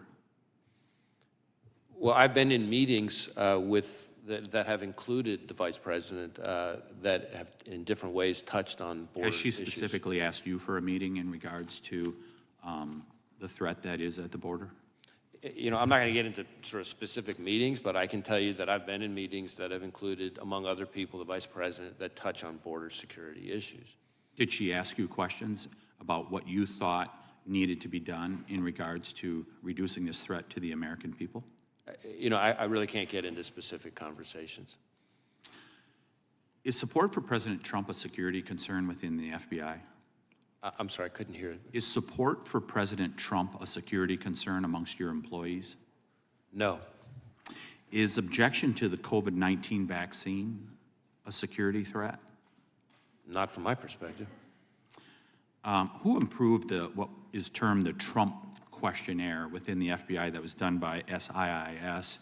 Dina Perkins, Jeffrey Ventry were behind it. Who was responsible for that? And did you know that there was a Trump questionnaire out there? So the document you're asking about is an interview outline that we only recently learned about, and in my view is completely inappropriate. I asked my team to get to the bottom of what happened and to ensure that doesn't happen again, and I've learned that it's not an FBI form, that its use was isolated, that it was created not by an FBI employee, but by an outside contractor, and that individual is no longer affiliated with the FBI. But we are sending what we have found to the Office of Inspector General, and we'll cooperate, of course, with anything they find. Mr. Chairman, I'll just close with this. We keep hearing about these isolated examples, whether it's Richmond Catholics, this instance. Isn't it a pattern? I yield back.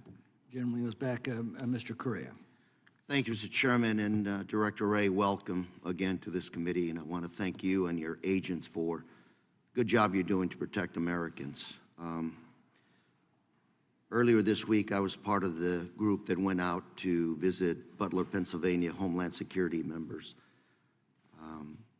I agree with my colleagues that have said violence has no part in our democracy. And I trust you will investigate the events surrounding July 13th thoroughly. I'm going to ask you a question. I hope you'll keep it in mind as your investigation proceeds, which is, who's in charge? Who's in charge at a campaign rally, setting it up? Secret Service or a campaign? And I ask this question because when I was there, had a couple of law enforcement individuals alluding to that question as well. They gave me an example. They said, if a Secret Service says you need to set up a line of dump trucks behind the stage to serve to protect the candidate, and the campaign says that's bad optics, who ends up winning the debate?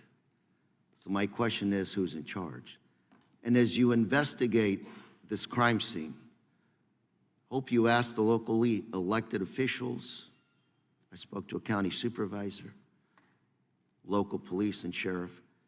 They all had information they wanted us to know, to relay.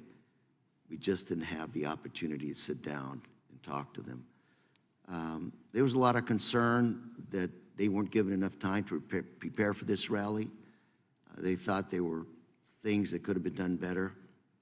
And ultimately, what I keep thinking, what I keep coming back to is question, who's in charge at these rallies? I think it's an important one because we have an election right around the corner. Pennsylvania, Butler, these areas, battleground states around the country will continue to be areas where our candidates, both sides, will show up, and the threats will continue to be there. So I hope, Director Wray, that you'll keep that statement in mind as you continue to investigate this crime scene. Well, I appreciate the question. I will tell you that we've conducted well over 400 interviews, but we have many more still to conduct. And as is not unusual in an investigation, I'm sure there will be situations where we have to go back to people we've already interviewed with follow-up questions. And our interviews cover a wide range of people. I do think it's important to make sure that the committee and the American people understand the scope of our investigation versus the scope of others. Our investigation is focused on the shooter and his attack. There is, of course, and I understand completely why, there are two separate reviews, one by the DHS Inspector General and the other by this outside independent panel that's been announced, that are focused on the security posture, the adequacy of the security posture at the rally, Secret Service decision-making and actions and things like that. And so I certainly understand why there are all those questions, but those are in scope of those two other reviews, and of course, whatever Congress chooses to do. Our investigation, though, because of our interviews of people who are on the scene, will relate to that in some ways, and we're going to share whatever we learn that's relevant with those other reviews. Director Wray, my last minute that I have, I'm going to flip quickly to your good job resources. Earlier this year in the Appropriations Committee, you testified that you were, for 2024, your budget was $500 million below what you needed to sustain your 2023 efforts. A few minutes ago, you talked about foreign terrorists. The last few weeks, I know information has emerged. That information came from FISA information that was able to be collected overseas on these possible terrorist threats. What we have here today is a domestic terrorist, what looks to be a lone wolf. Your statements, there's nothing really there that would have tipped anybody off to this individual. Is that what I'm hearing from you? Well, I don't know that I'd go quite that far because we're still investigating a lot related to the shooter. It does appear so far that we're seeing less in his... My 6 seconds, I would just say, I would ask that you let us know what resources you need to protect the American public and our candidates in our democratic system. I appreciate the question. I would just say this. We are in, as I've said consistently today and for quite some time now, we are in an elevated threat environment covering a wide range of threats, and the FBI is central to protecting the American people from those threats. And state and local law enforcement, who depend on us every day, rely on us for all sorts of services, databases, forensic support, training. I could go on and on and on. And a lot of those departments, unlike the FBI, have had a hard time recruiting. And so this is not a time to pull back on our funding because we're going to leave our brothers and sisters in state and local law enforcement twisting in the wind, and then by extension, the American people we're all collectively sworn to protect. Thank you, and Mr. Chair, I yield. Gentleman yields back. Gentleman from Texas recognized. Thank you, Chairman. Thank you, Director Wray, for being here. When did you last speak with President Biden? I don't have the exact date, but it's been certainly since the, since the shooting. So you have spoken to the president since the assassination attempt on President Trump's life? Yes, sir. And what was the mental state of the president? We had a perfectly professional conversation. And are you, do you have any scheduled briefings of the president upcoming? Not at the moment specifically scheduled, no. In 2016 and 2015, top FBI officials infamously texted about, quote, their insurance policy to make sure Trump was never elected or inaugurated as president. Have any FBI agents texted, emailed, or expressed disappointment that Trump survived the assassination attempt or otherwise editorialized about the assassination attempt? I don't know about any agents. There have been at least 2 instances, I think, or 1 instance of an individual who posted something that I consider outrageous and totally inappropriate and unacceptable. And that individual has been referred to our inspection division, which is the arm, our sort of internal affairs investigatory arm that does the disciplinary process. Okay. Will you report back to this committee any other incidents? I'll do my best to share information with the committee. You testified earlier that the FBI maintains high standards irrespective of so-called diversity efforts. Is it true that in December of 2016, former Director Comey lowered the passing standards for Phase 1, allowing an influx of previously unqualified applicants to continue in the hiring process who normally would have been stopped back in December of 2016?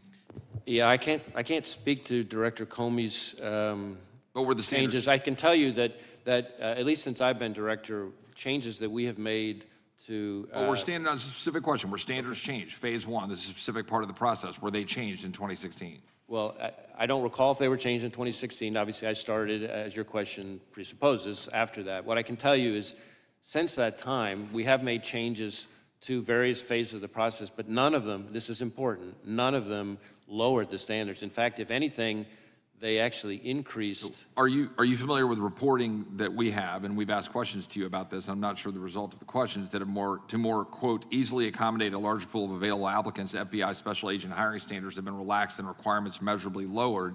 This according to a group of former agents who have testified about this and written a report and submitted it to Congress. In addition, specifically, minority, people with 20-year careers, one in particular, a minority who served for more than 20 years, wrote in this report and submitted it to Congress saying that these standards were in fact lowered and that in fact if you were hiring, you were moved off of hiring if you put quality above these kinds of DEI requirements. Do you reject this report? And do you have comments on this report?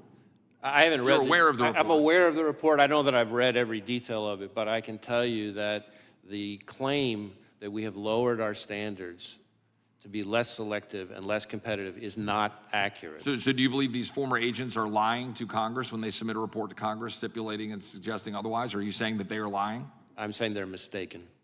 Okay, but they're affirmatively on the record. They're telling us and submitting a report to Congress saying that those facts are directly in contradicting what you're testifying here today. So I just want to be clear so we know we're saying that they are submitting evidence to our record to the contrary that you say is untruthful. I encounter all the time when I travel around the country and have conversations with our agents, and one of the things I try to do is have meetings with some of the longer serving agents without executive management. That's okay. My only question is and my point here's the implication is it's untruthful. So but I need to move on. I got 1 minute left. Are you familiar with the case of Paulette Harlow? She's a 75-year-old elderly woman from Massachusetts with a debilitating medical condition. She was prosecuted for violating the FACE Act and sentenced to 2 years in prison. She has to go to Texas in 2 weeks. She was praying at an abortion clinic in Washington, D.C. The FBI interrogated and investigated her. Do you think it is appropriate for a 75-year-old woman who is praying at a clinic in D.C. to be put in prison for 2 years for that activity? Just a simple question. Do you think that's appropriate? I'm not familiar with the specific case.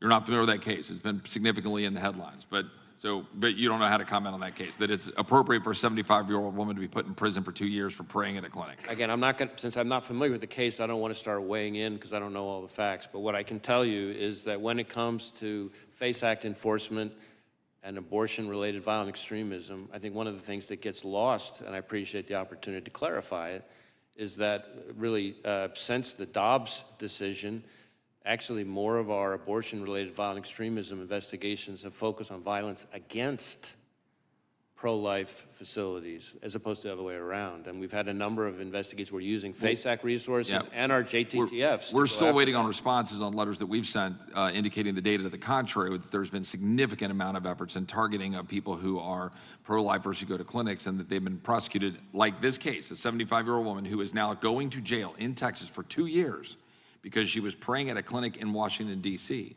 And we've submitted questions on that, and I'd appreciate a response on it. I yield back. Gentleman yields back. Gentlelady from Pennsylvania is recognized. Thank you so much, and thank you, Director Wray, for being here and for the work that your team does, as well as for sharing the information that you've been able to today. You just got a couple questions about that seem to imply that there was some problem with the FBI's diversity efforts, and certainly the 1950s version of the FBI was singularly Caucasian male agents, et cetera. Is the FBI a better force for having a diverse range of employees and agents? I think diversity makes us better, but like everything else, it has to be done the right way. I think we can have a more diverse workforce and do it without lowering our standards, and that's, in my view, what we've done.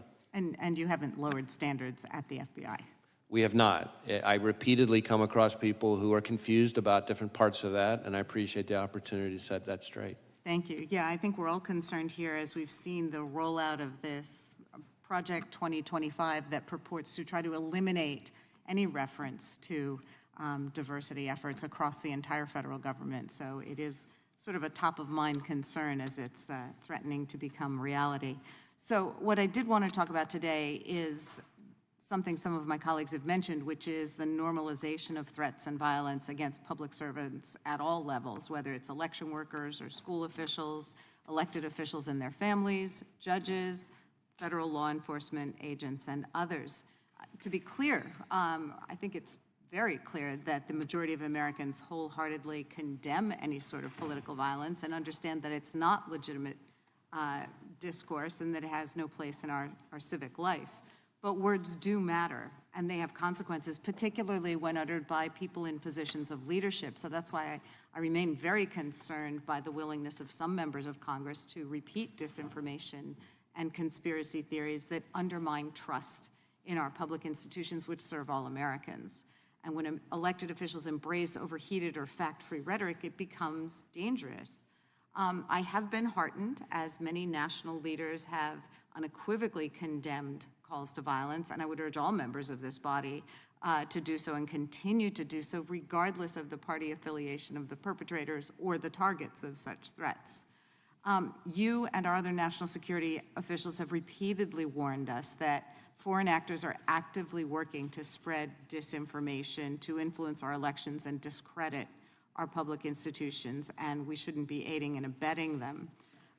So to live in a country that we aspire to, where our most valued democratic processes like free and fair elections can be carried out unimpeded, and people can run for office, serve their communities, and exercise their right to vote without fear of violence, we've had some concerns about violence around our elections. In 2020, the endorsement and promulgation of falsehoods about the election results by the former president and his campaign led to threats and attacks against election officials and poll workers in Pennsylvania. And those falsehoods also wasted millions of taxpayer dollars on frivolous lawsuits and extraordinary security costs. So as we're again approaching November, we want to ensure that those who implement and defend our elections, our neighbors and our nonpartisan civil servants, can do that important work free from conspiracy theories and threats. So we know our local law enforcement across Pennsylvania are preparing for some disruption and threats because while Pennsylvania may be a battleground state in the upcoming election, that battle should obviously be a war of words over policy and the vision we're charting for our country's future, not an actual civil war. So how is the FBI working with state and local law enforcement to prevent and respond to election-related violence, particularly against election workers? So in a variety of ways, we're partnering with state and local law enforcement. Obviously, the physical security in the first instance, in most of the respects you're talking about, is in the ordinary course, the responsibility of state and local law enforcement.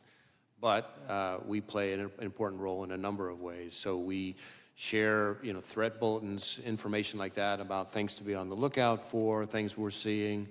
If we ever have specific threat information, then we work to get it to the right people. We have election crime coordinators, which we've had for decades in all 56 field offices who have existing relationship with not just state and local law enforcement, but election officials, especially focus on security and threat-related issues. And then, of course, we're participating in the Election Threats Task Force that DOJ set up, which is focused on threats of violence or actual violence against election workers specifically. And we've had a number of arrests and even some convictions already on that. Okay. Thank you for your input. I yield back. Gentleman yields back, Director. It's my intention to go approximately another half an hour. Then we will break for the Prime Minister of Israel's address to the Congress on the floor. give you a chance for lunch and then resume after that. But we'll keep pushing through for the next half hour if we can. Gentlelady from Indiana is recognized. Thank you, Mr. Chairman. Thank you, Director Wray. I think you have a little bit better tone in conversation, so I appreciate it, and answer some questions, so I appreciate it. Hopefully you'll answer also on 2 letters that I sent you over a year ago, one related to Durham report and the other one related to Russian infiltrated SBU that collaborated with FBI. So hopefully we'll get these answers and hopefully we'll start doing authorization. Don't you think doing authorization would help us to get better answers? Congress should be probably working authorizing your agency. Don't you agree with that? We work very hard to try to get information to this committee and to other committees. But authorizing spending probably would be a good thing for us to do. Don't you agree? Oh, I'm sorry, authorizing what? Our spending, not just doing appropriating, but actually doing authorization of spending through this committee. Yes. Okay, thank you. We might start doing that. But we can talk about, and a lot of my colleagues on the other side, AR-15 gets a lot of bad rap, like to bring it up, this issue. But really, there are a lot of hunting rifles that probably, maybe even more accurate than a lot of ARs. And don't you agree, we have like millions, right? Don't you agree, we have millions of rifles owned by law-abiding Americans. So do you think we should be taking them? Millions of rifles from law-abiding Americans? What do you think about that? Would that be something feasible and really we should be doing that? Well, again, I'm not going to be addressing anybody's specific legislative proposal. From our perspective, from the FBI's perspective, the concern is any dangerous weapon in the wrong hands. But all weapons in the are hands dangerous. of the wrong person. But all weapons are dangerous, right? I'm sorry? All weapons are dangerous. Knives are dangerous, Sure. Explosive are dangerous. There are a lot of weapons are by their very Yeah, but are we going to be definition confiscating, hunting rifles and rifles for millions of Americans? Do you think it's even feasible to do something like that from law-abiding citizens? It's not something I'm advocating. Okay, well, thank you. I appreciate that. So we have to go back. That was a catastrophic failure of security. That's what's happened, recently with attempted assassination. Don't you agree with that? Well, I think former Director Cheadle has already publicly acknowledged that it was, I think her words were, a significant operational failure. Then we had, similar situation, a different, talking about bad optics. Speaker Pelosi at that time didn't want to have bad optics on January 6th, and we didn't have proper security here on January 6th.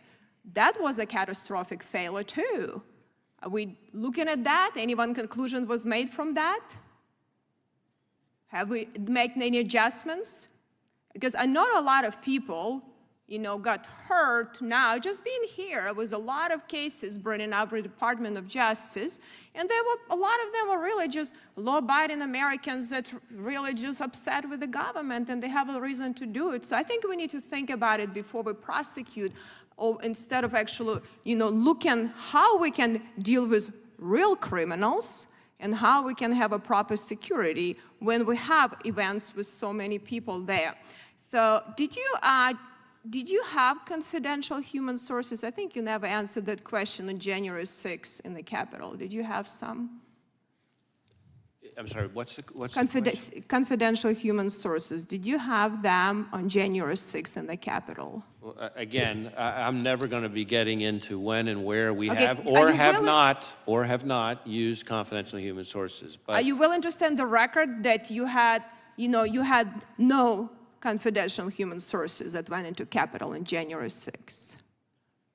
as I've said consistently, I'm not going to get into where we have or have not used confidential human sources. I can tell you that if you are asking if the violence at the Capitol on January 6th was part of some operation orchestrated by FBI sources or agents, the answer is no. No, I didn't ask you that. I asked you, so did you investigate any confidential human sources? Did you do any investigation and looking at that? So you're not answering if you had any or not. So if you had potentially, did you do anything you needed to make sure to investigate that none of your sources did anything wrong? If they did wrong, they were prosecuted the same way, like you're trying to prosecute a lot of people that really, even in Supreme Court ruled recently that some unconstitutional charges. Let me just add that there have now been, I think, 180 individuals who've gone to trial, in addition to the 850 Well, who've pled guilty. Right, but I think the problem is you put these charges, may I- a lot of people would may I put guilty. finish? But let me say just quickly, because I only have 10 seconds, really. So I hope you will take seriously what you're doing. You know, related to the border security is also a crisis. You know, your vice president was a lead-in on that. Has she initiated meetings with you to lead, like weekly or monthly meeting where she actually get briefings from you as a leading border czar that had that function? Have you had that? Has she initiated any meetings on a regular basis with you? Again, Gentlelady's time has expired. The gentleman can respond. Right. On this issue of confidential human sources, number one, I will say there is a DOJ OIG review that's underway that I think addresses some of these kinds of topics, I believe, but I won't speak for the Inspector General. Second, as to this suggestion, which I've heard all too many times, that somehow January 6th was orchestrated by FBI agents or sources, I will note that in addition to my prior comments, that there have now been 850-ish individuals who've pled guilty, another 180 who've gone to trial. They've all had access to defense counsel, discovery, all the things the Constitution and the rules provide them. It's been in front of something like 15 different judges, I think dozens of juries, and not one has given credence to this notion. And in fact, I don't think any of them have even really seriously tried to raise it. So it's not just my word for it. Look what's happening in the cases. Thank you. The gentleman from Colorado is recognized for 5 minutes. Thank you, Mr. Chairman. Thank you, Director Wray, for being here, for your testimony today, for the work that you do each and every day, and that your frontline agents across the country do each and every day to protect Americans, to keep our country safe. Also grateful for the work that you're doing in investigating the horrific events of July 13th and the attempted assassination of former President Trump, which everyone must and has condemned. I would first just ask, do you believe that the FBI has the adequate resources to ultimately ensure that your agency gets to the bottom of it and fully investigates this terrible crime? Well, we are devoting massive amounts of resources to this specific investigation. We have easily several hundred FBI agents, analysts, and professional staff working on it. It involves over half of the FBI's 56 field offices, almost every headquarters division. We even have some of our overseas offices working on it. You might say, well, why is that? Well, because some of the companies that involve accounts or purchases or communications or what have you that the shooter used are foreign companies, so we have to get evidence from overseas from those companies. I've talked about our lab a little bit earlier today. We've got our Office of Technology Division working on the digital devices. We have our Behavioral Analysis Unit, our BAU, working on helping us build out a profile of the shooter. I could go on and on and on. So it's all hands on deck on this case, as I think is appropriate. Now, when you ask about our resources, I've been public about the fact that the fiscal year 24 budget put us $500 million below where we needed to be to sustain current operations. And on FY25, the current House mark would put us significantly further back behind that and would result in significant risks across every program and our support to state and local law enforcement. We arrested something like 50 violent criminals per day, every day last year. The current mark would mean more violent criminals on the street, more neighborhoods at risk. We have about a 1,300% increase in our investigations related to China and its targeting of us. And I can assure you, China's not cutting its budget. This would mean more threats from China. We have something like 300 to 400 investigations just into cartel leadership. And about hardly a week goes by when some FBI field office isn't seizing enough fentanyl to wipe out an entire state. Those cuts means more fentanyl on the street, more people dying.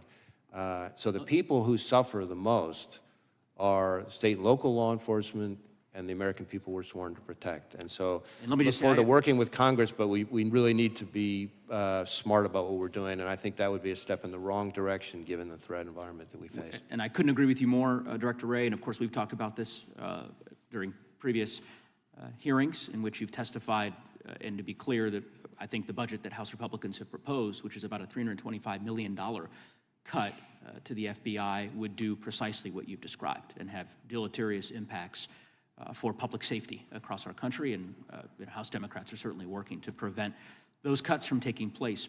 You've talked at great length about the events of July 13. There's justifiably a lot of public interest in the investigation, which we understand is ongoing. Wonder if you might, if there's anything that you'd like to disclose or provide to the committee or to the public that perhaps has not yet been gleaned during the course of this hearing, and just give you an opportunity, because there's a lot of folks related to the investigation. Yeah. One thing I can give an update on, which is pretty fresh here. We had some conversations with some of the members about the access to the roof and the ladder and so forth. And our evidence response teams and their forensic collection, we now believe that the subject climbed onto the roof using some mechanical equipment on the ground and vertical piping on the side of the AGR building. In other words, we do not believe he used a ladder to get up there. One question, if the chairman might indulge me with just a few extra seconds. There's an article recently regarding several former Trump administration national security officials who had received a duty to warn briefing from the FBI regarding the potential threat from Iran. And I think there is, this article made clear deep concern that these individuals have, justifiably so, about the threat level, and particularly given the events of the last several months, and the need for there to be an increased security posture and security personnel for former officials who may very well still be at risk. And I don't know if you're familiar with that article. I'm trying not to use names here, but I think would perhaps follow up with your agency and with the Department of Justice more broadly to ensure that any individuals who are potentially facing a threat from Iran or another hostile actor in foreign nation have the resources they need to have the security available to them. So again, without reference to any specific individual, I want to be very clear about this because I've tried to be vocal on this, but it sometimes doesn't get noticed as much, which is that in my view, the Iranian government has been extremely aggressive and brazen. We have seen in the last few years an attempt, I'm speaking just from public information now, an attempt to assassinate a former U.S. National Security Advisor on U.S. soil. We have seen an attempt first to kidnap and then to try to murder an American dissident/journalist who was a critic of the Iranian regime, right smack in the middle of New York City. We have seen a cyber attack against a children's hospital in New England that ties back to Iran. We have seen, as I've testified before, as Director Ratcliffe and I announced, an effort by the Iranians to target the 2020 presidential election. And that's all before you even get to the fact that the Iranian government is the leading state sponsor of terrorism. So if that's not enough to convince people that Iran is a threat, I don't know what is. But Director, was there a distinction between what the gentleman from Colorado raised and what you just said, this general concern in these specific instances you talk about, and a direct specific threat on President Trump that's distinct from what you've been describing as this general concern with Iran? Well, again, I can't get into specific pieces of classified. And if so, when? If it was a distinct threat on President Trump, when did that take place? Yeah, all I can tell you, certainly in this kind of setting, is targeting of U.S. officials for the Soleimani strike is something that is a reality that the Iranian government has at times called for very publicly. And whenever there is reporting, let me try to answer your question this way, whenever there is reporting about any of those protectees, we share the information in a variety of ways, working with the intelligence community, working with whoever is the protective service with responsibility for that individual, and we do it in a timely way using the duty to warn process that was just referred to. And to my knowledge, everything along those lines that's relevant was shared in a timely way with the relevant people. Thank you. The gentleman from Wisconsin is recognized. Director Wray, thanks for being here. Where were you when you heard that President Trump was shot, and then what were like your immediate actions, response to that as director? I was about to have dinner with family, and I was horrified and angry. I'm just thinking, the reason I asked the question is because I'm still trying to figure out kind of the lanes, what the FBI would respond to and what the Secret Service has the responsibility to respond to. Can you just kind of cover that again? Sure. So the FBI is not responsible for, has never really been part of our mandate or mission for the physical security of venues, of specific protectees or anything like that. That's, if it's somebody within Secret Service's scope, that's their mandate and mission. We are a law enforcement and intelligence agency, and so if you think about it this way, we're the Federal Bureau of Investigation. We're not the Federal Bureau of Security. You might say, well, what's the difference? Well, there is a difference.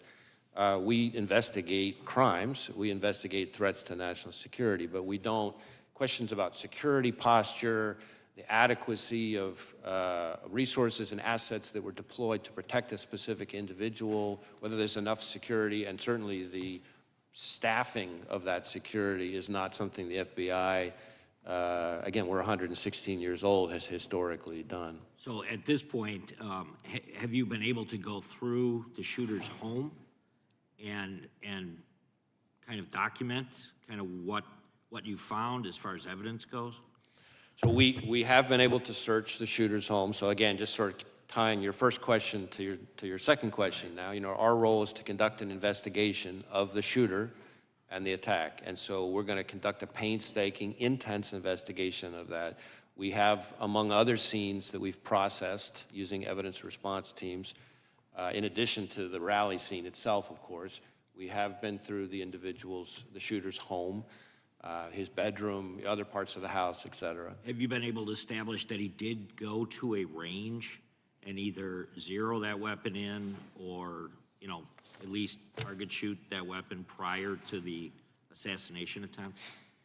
So we do assess that he went to a shooting range the day before, not the only time he went to a shooting range. He was a fairly, avid might be a little strong, but a fairly avid, shooting hobbyist. And so he went to, belonged to different sort of clubs and went to certain ranges and that kind of thing. We do believe, based on what we've seen so far, that he went to a shooting range the day before and that he shot an AR-style rifle at that range the day before. I'm not sure we know for sure that it's the weapon that he used, but I think we assess that it probably is. Have you been able to interview his parents? Yes, we have. And was there anything that was gained from that interview that would lead you to believe that they certainly were aware of what was going on?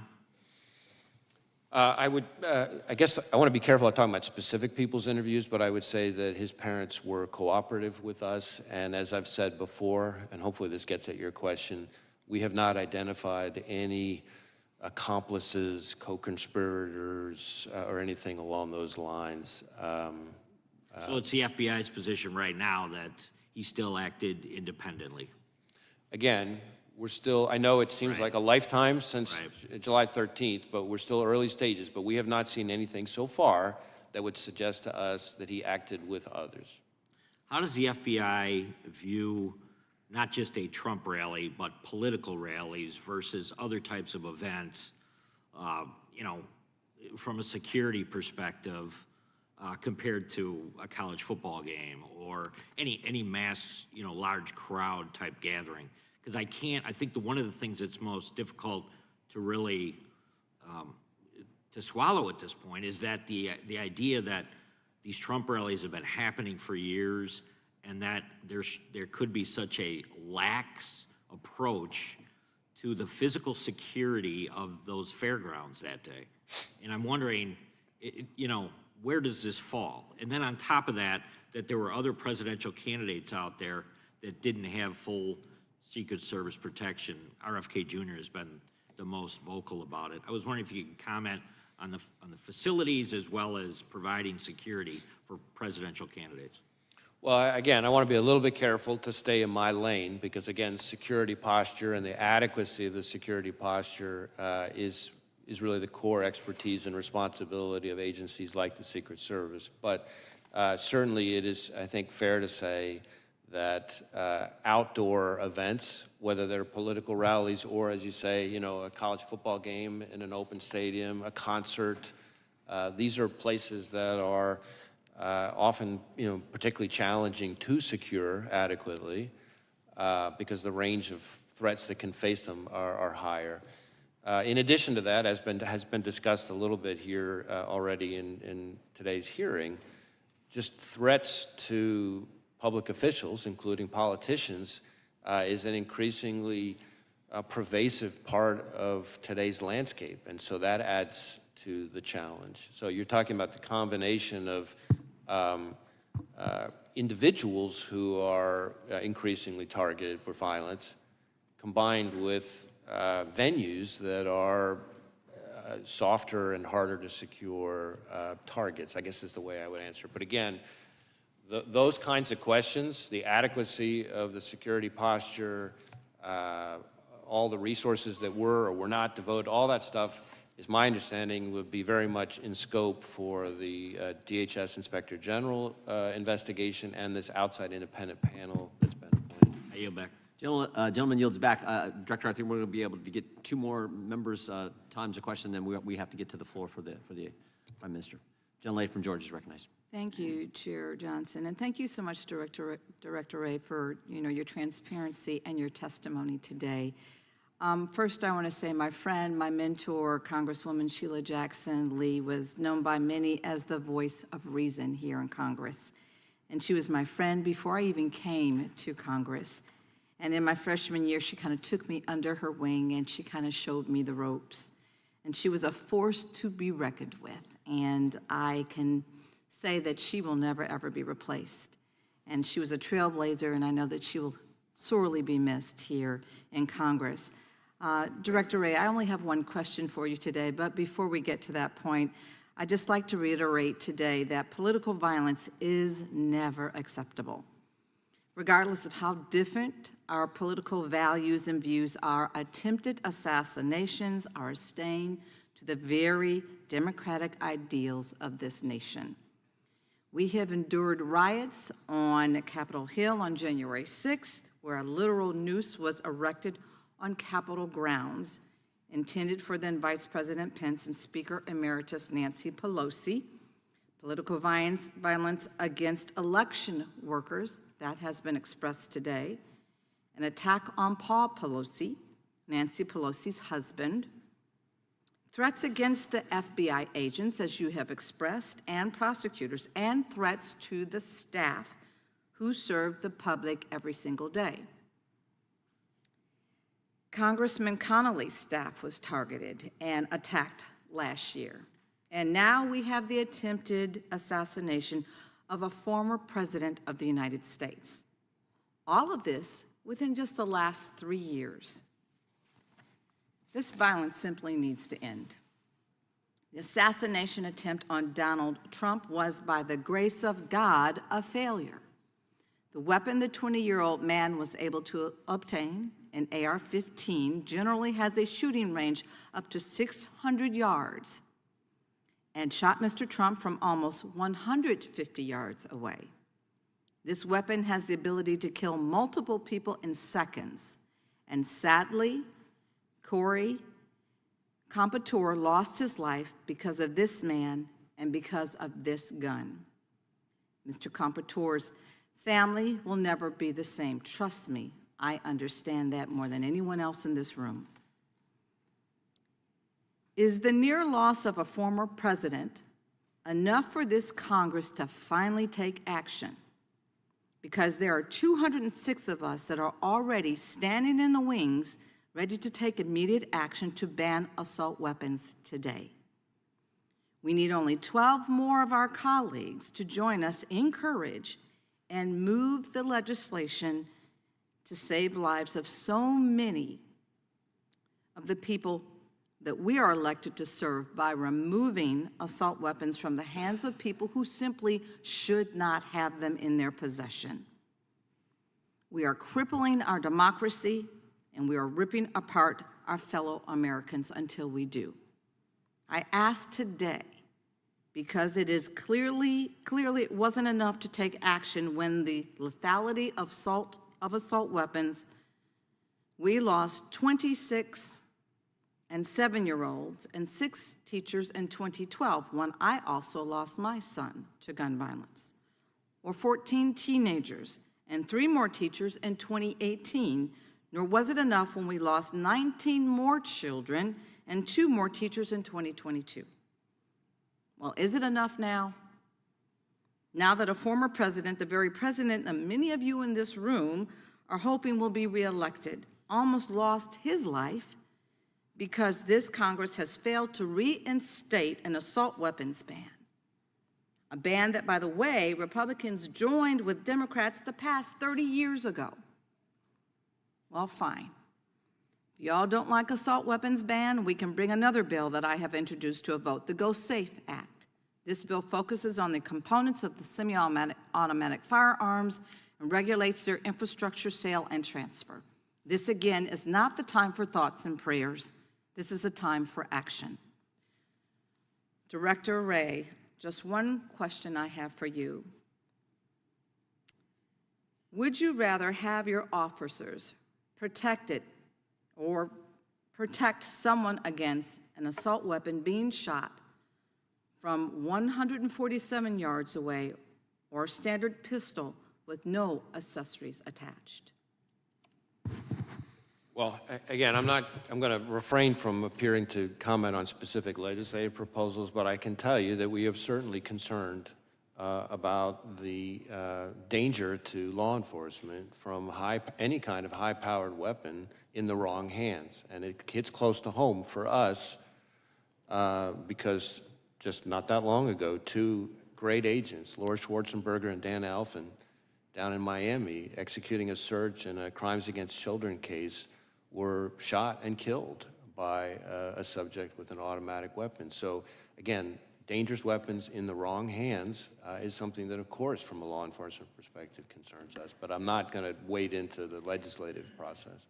Well, thank you for that answer. I'd rather give our agents a fighting chance, and I yield back. Gentlelady yields back. Gentleman from Oregon is recognized. Thank you, Mr. Chair, and thank you, Director Wray, for being here today. So we spend $3 billion a year, excuse me, on the Secret Service, $3 billion. And it would seem that we could and should have had a better job done a few weeks ago on the 13th than what we saw. Will you have anything to say about correcting what are the obvious deficiencies in what the Secret Service did? Well, for the most part, the deficiencies or adequacy or inadequacy of Secret Service's performance, decision-making, resources, all that stuff is in the purview of those 2 other investigations. That is the DHS Inspector General and the outside independent panel that's been announced. Having said that, our investigation, which, as I've testified now, involves several hundred FBI employees and every asset we can bring to bear of the shooter, again, our investigations of the shooter and his attack, of course, involves interviewing law enforcement, including lots and lots and lots of Secret Service people. So we'll share all that with those reviews so that they can answer those questions. The reason I'm asking this is because this isn't the first time the Secret Service has been before Congress. There was a 435-page report issued in 2015 by Congress saying, fix yourself. They didn't. In fact, there was a follow-up in 2019 where they had only done a few of the, I think it was 18 or 19 different specific things they were supposed to do. They'd done some, but certainly not all. There was another follow-up in 2022, and again, the Secret Service had not done what Congress had asked. I guess my question to you, Mr. Director, is what should Congress do? A 435-page report 9 years ago, and still the Secret Service didn't do what it was told to do then. Can you help, Director Wray? Because this type of performance is not acceptable.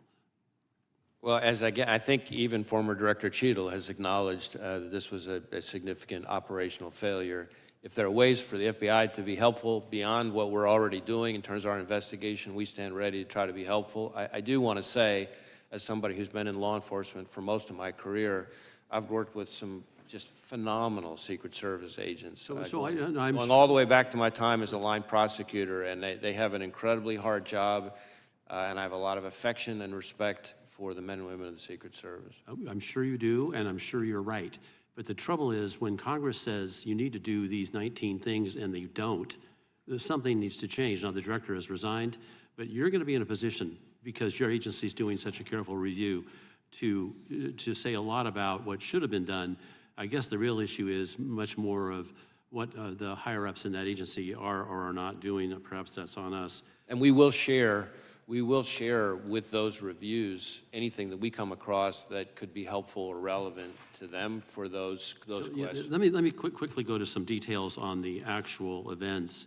It appeared to a lot of us, as the Secret Service was taking former President Trump from the stage, that he was clearly still in view of everybody. And had there been another shooter, I didn't see him being protected. Are you going to raise that issue?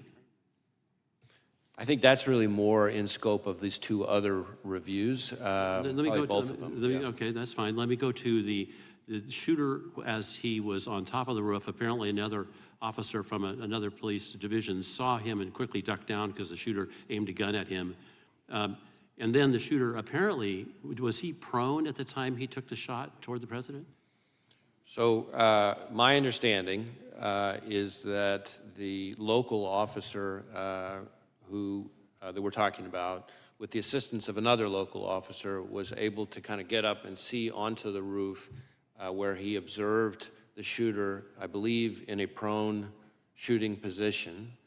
The shooter then turned and faced him, the local officer, with the weapon. From the prone position. That's my understanding. And then he went back to the prone position. And this is all seconds before the shooter took his But that entire time, the shooter was in the scope sight of the counter sniper, correct?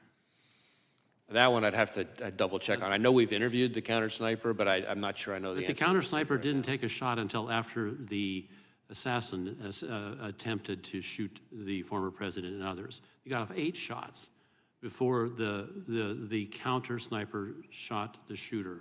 What's with that protocol? Can you get that fixed?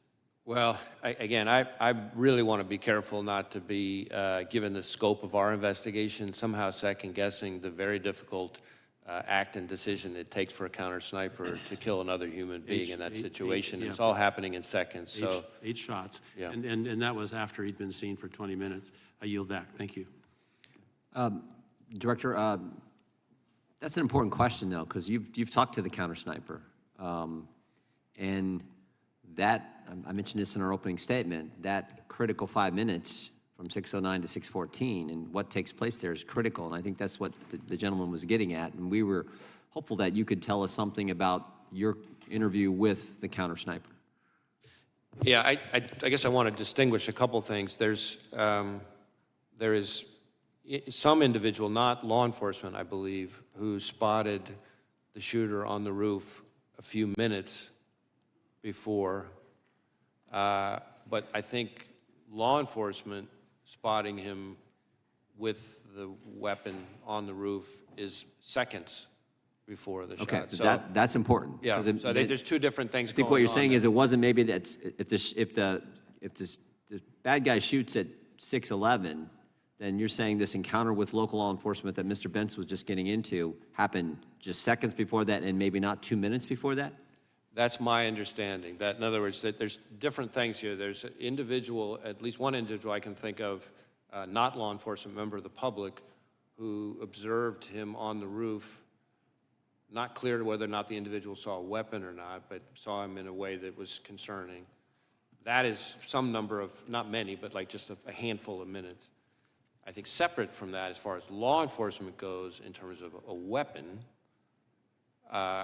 this local officer that we just talked about observed the individual, again, literally just seconds before the shooter took his shots. Separate and apart from all of that, roughly, I think, maybe a little less than or around an hour before the shooting, there were local law enforcement officers who observed the shooter, not up on the roof, not with a weapon, but with a, I believe, a rangefinder, kind of like you would use if you were playing golf or something, in a way that was odd and suspicious. So that started happening with local law enforcement beforehand. But in terms of shooter, meaning with the weapon, law enforcement, my understanding is that the first time that happened was this local officer climbing up on the roof seconds before the Again, we want that timeline. I think the committee wants that timeline and communications that were taking place in that short period of time. Again, as I've said with everything else, I really want to be careful. I'm leaning in, trying to share as much as I can here. Facts are evolving, things may change, but we are working on a timeline, among other things. Committee will stand in recess until after the Prime Minister's remarks conclude.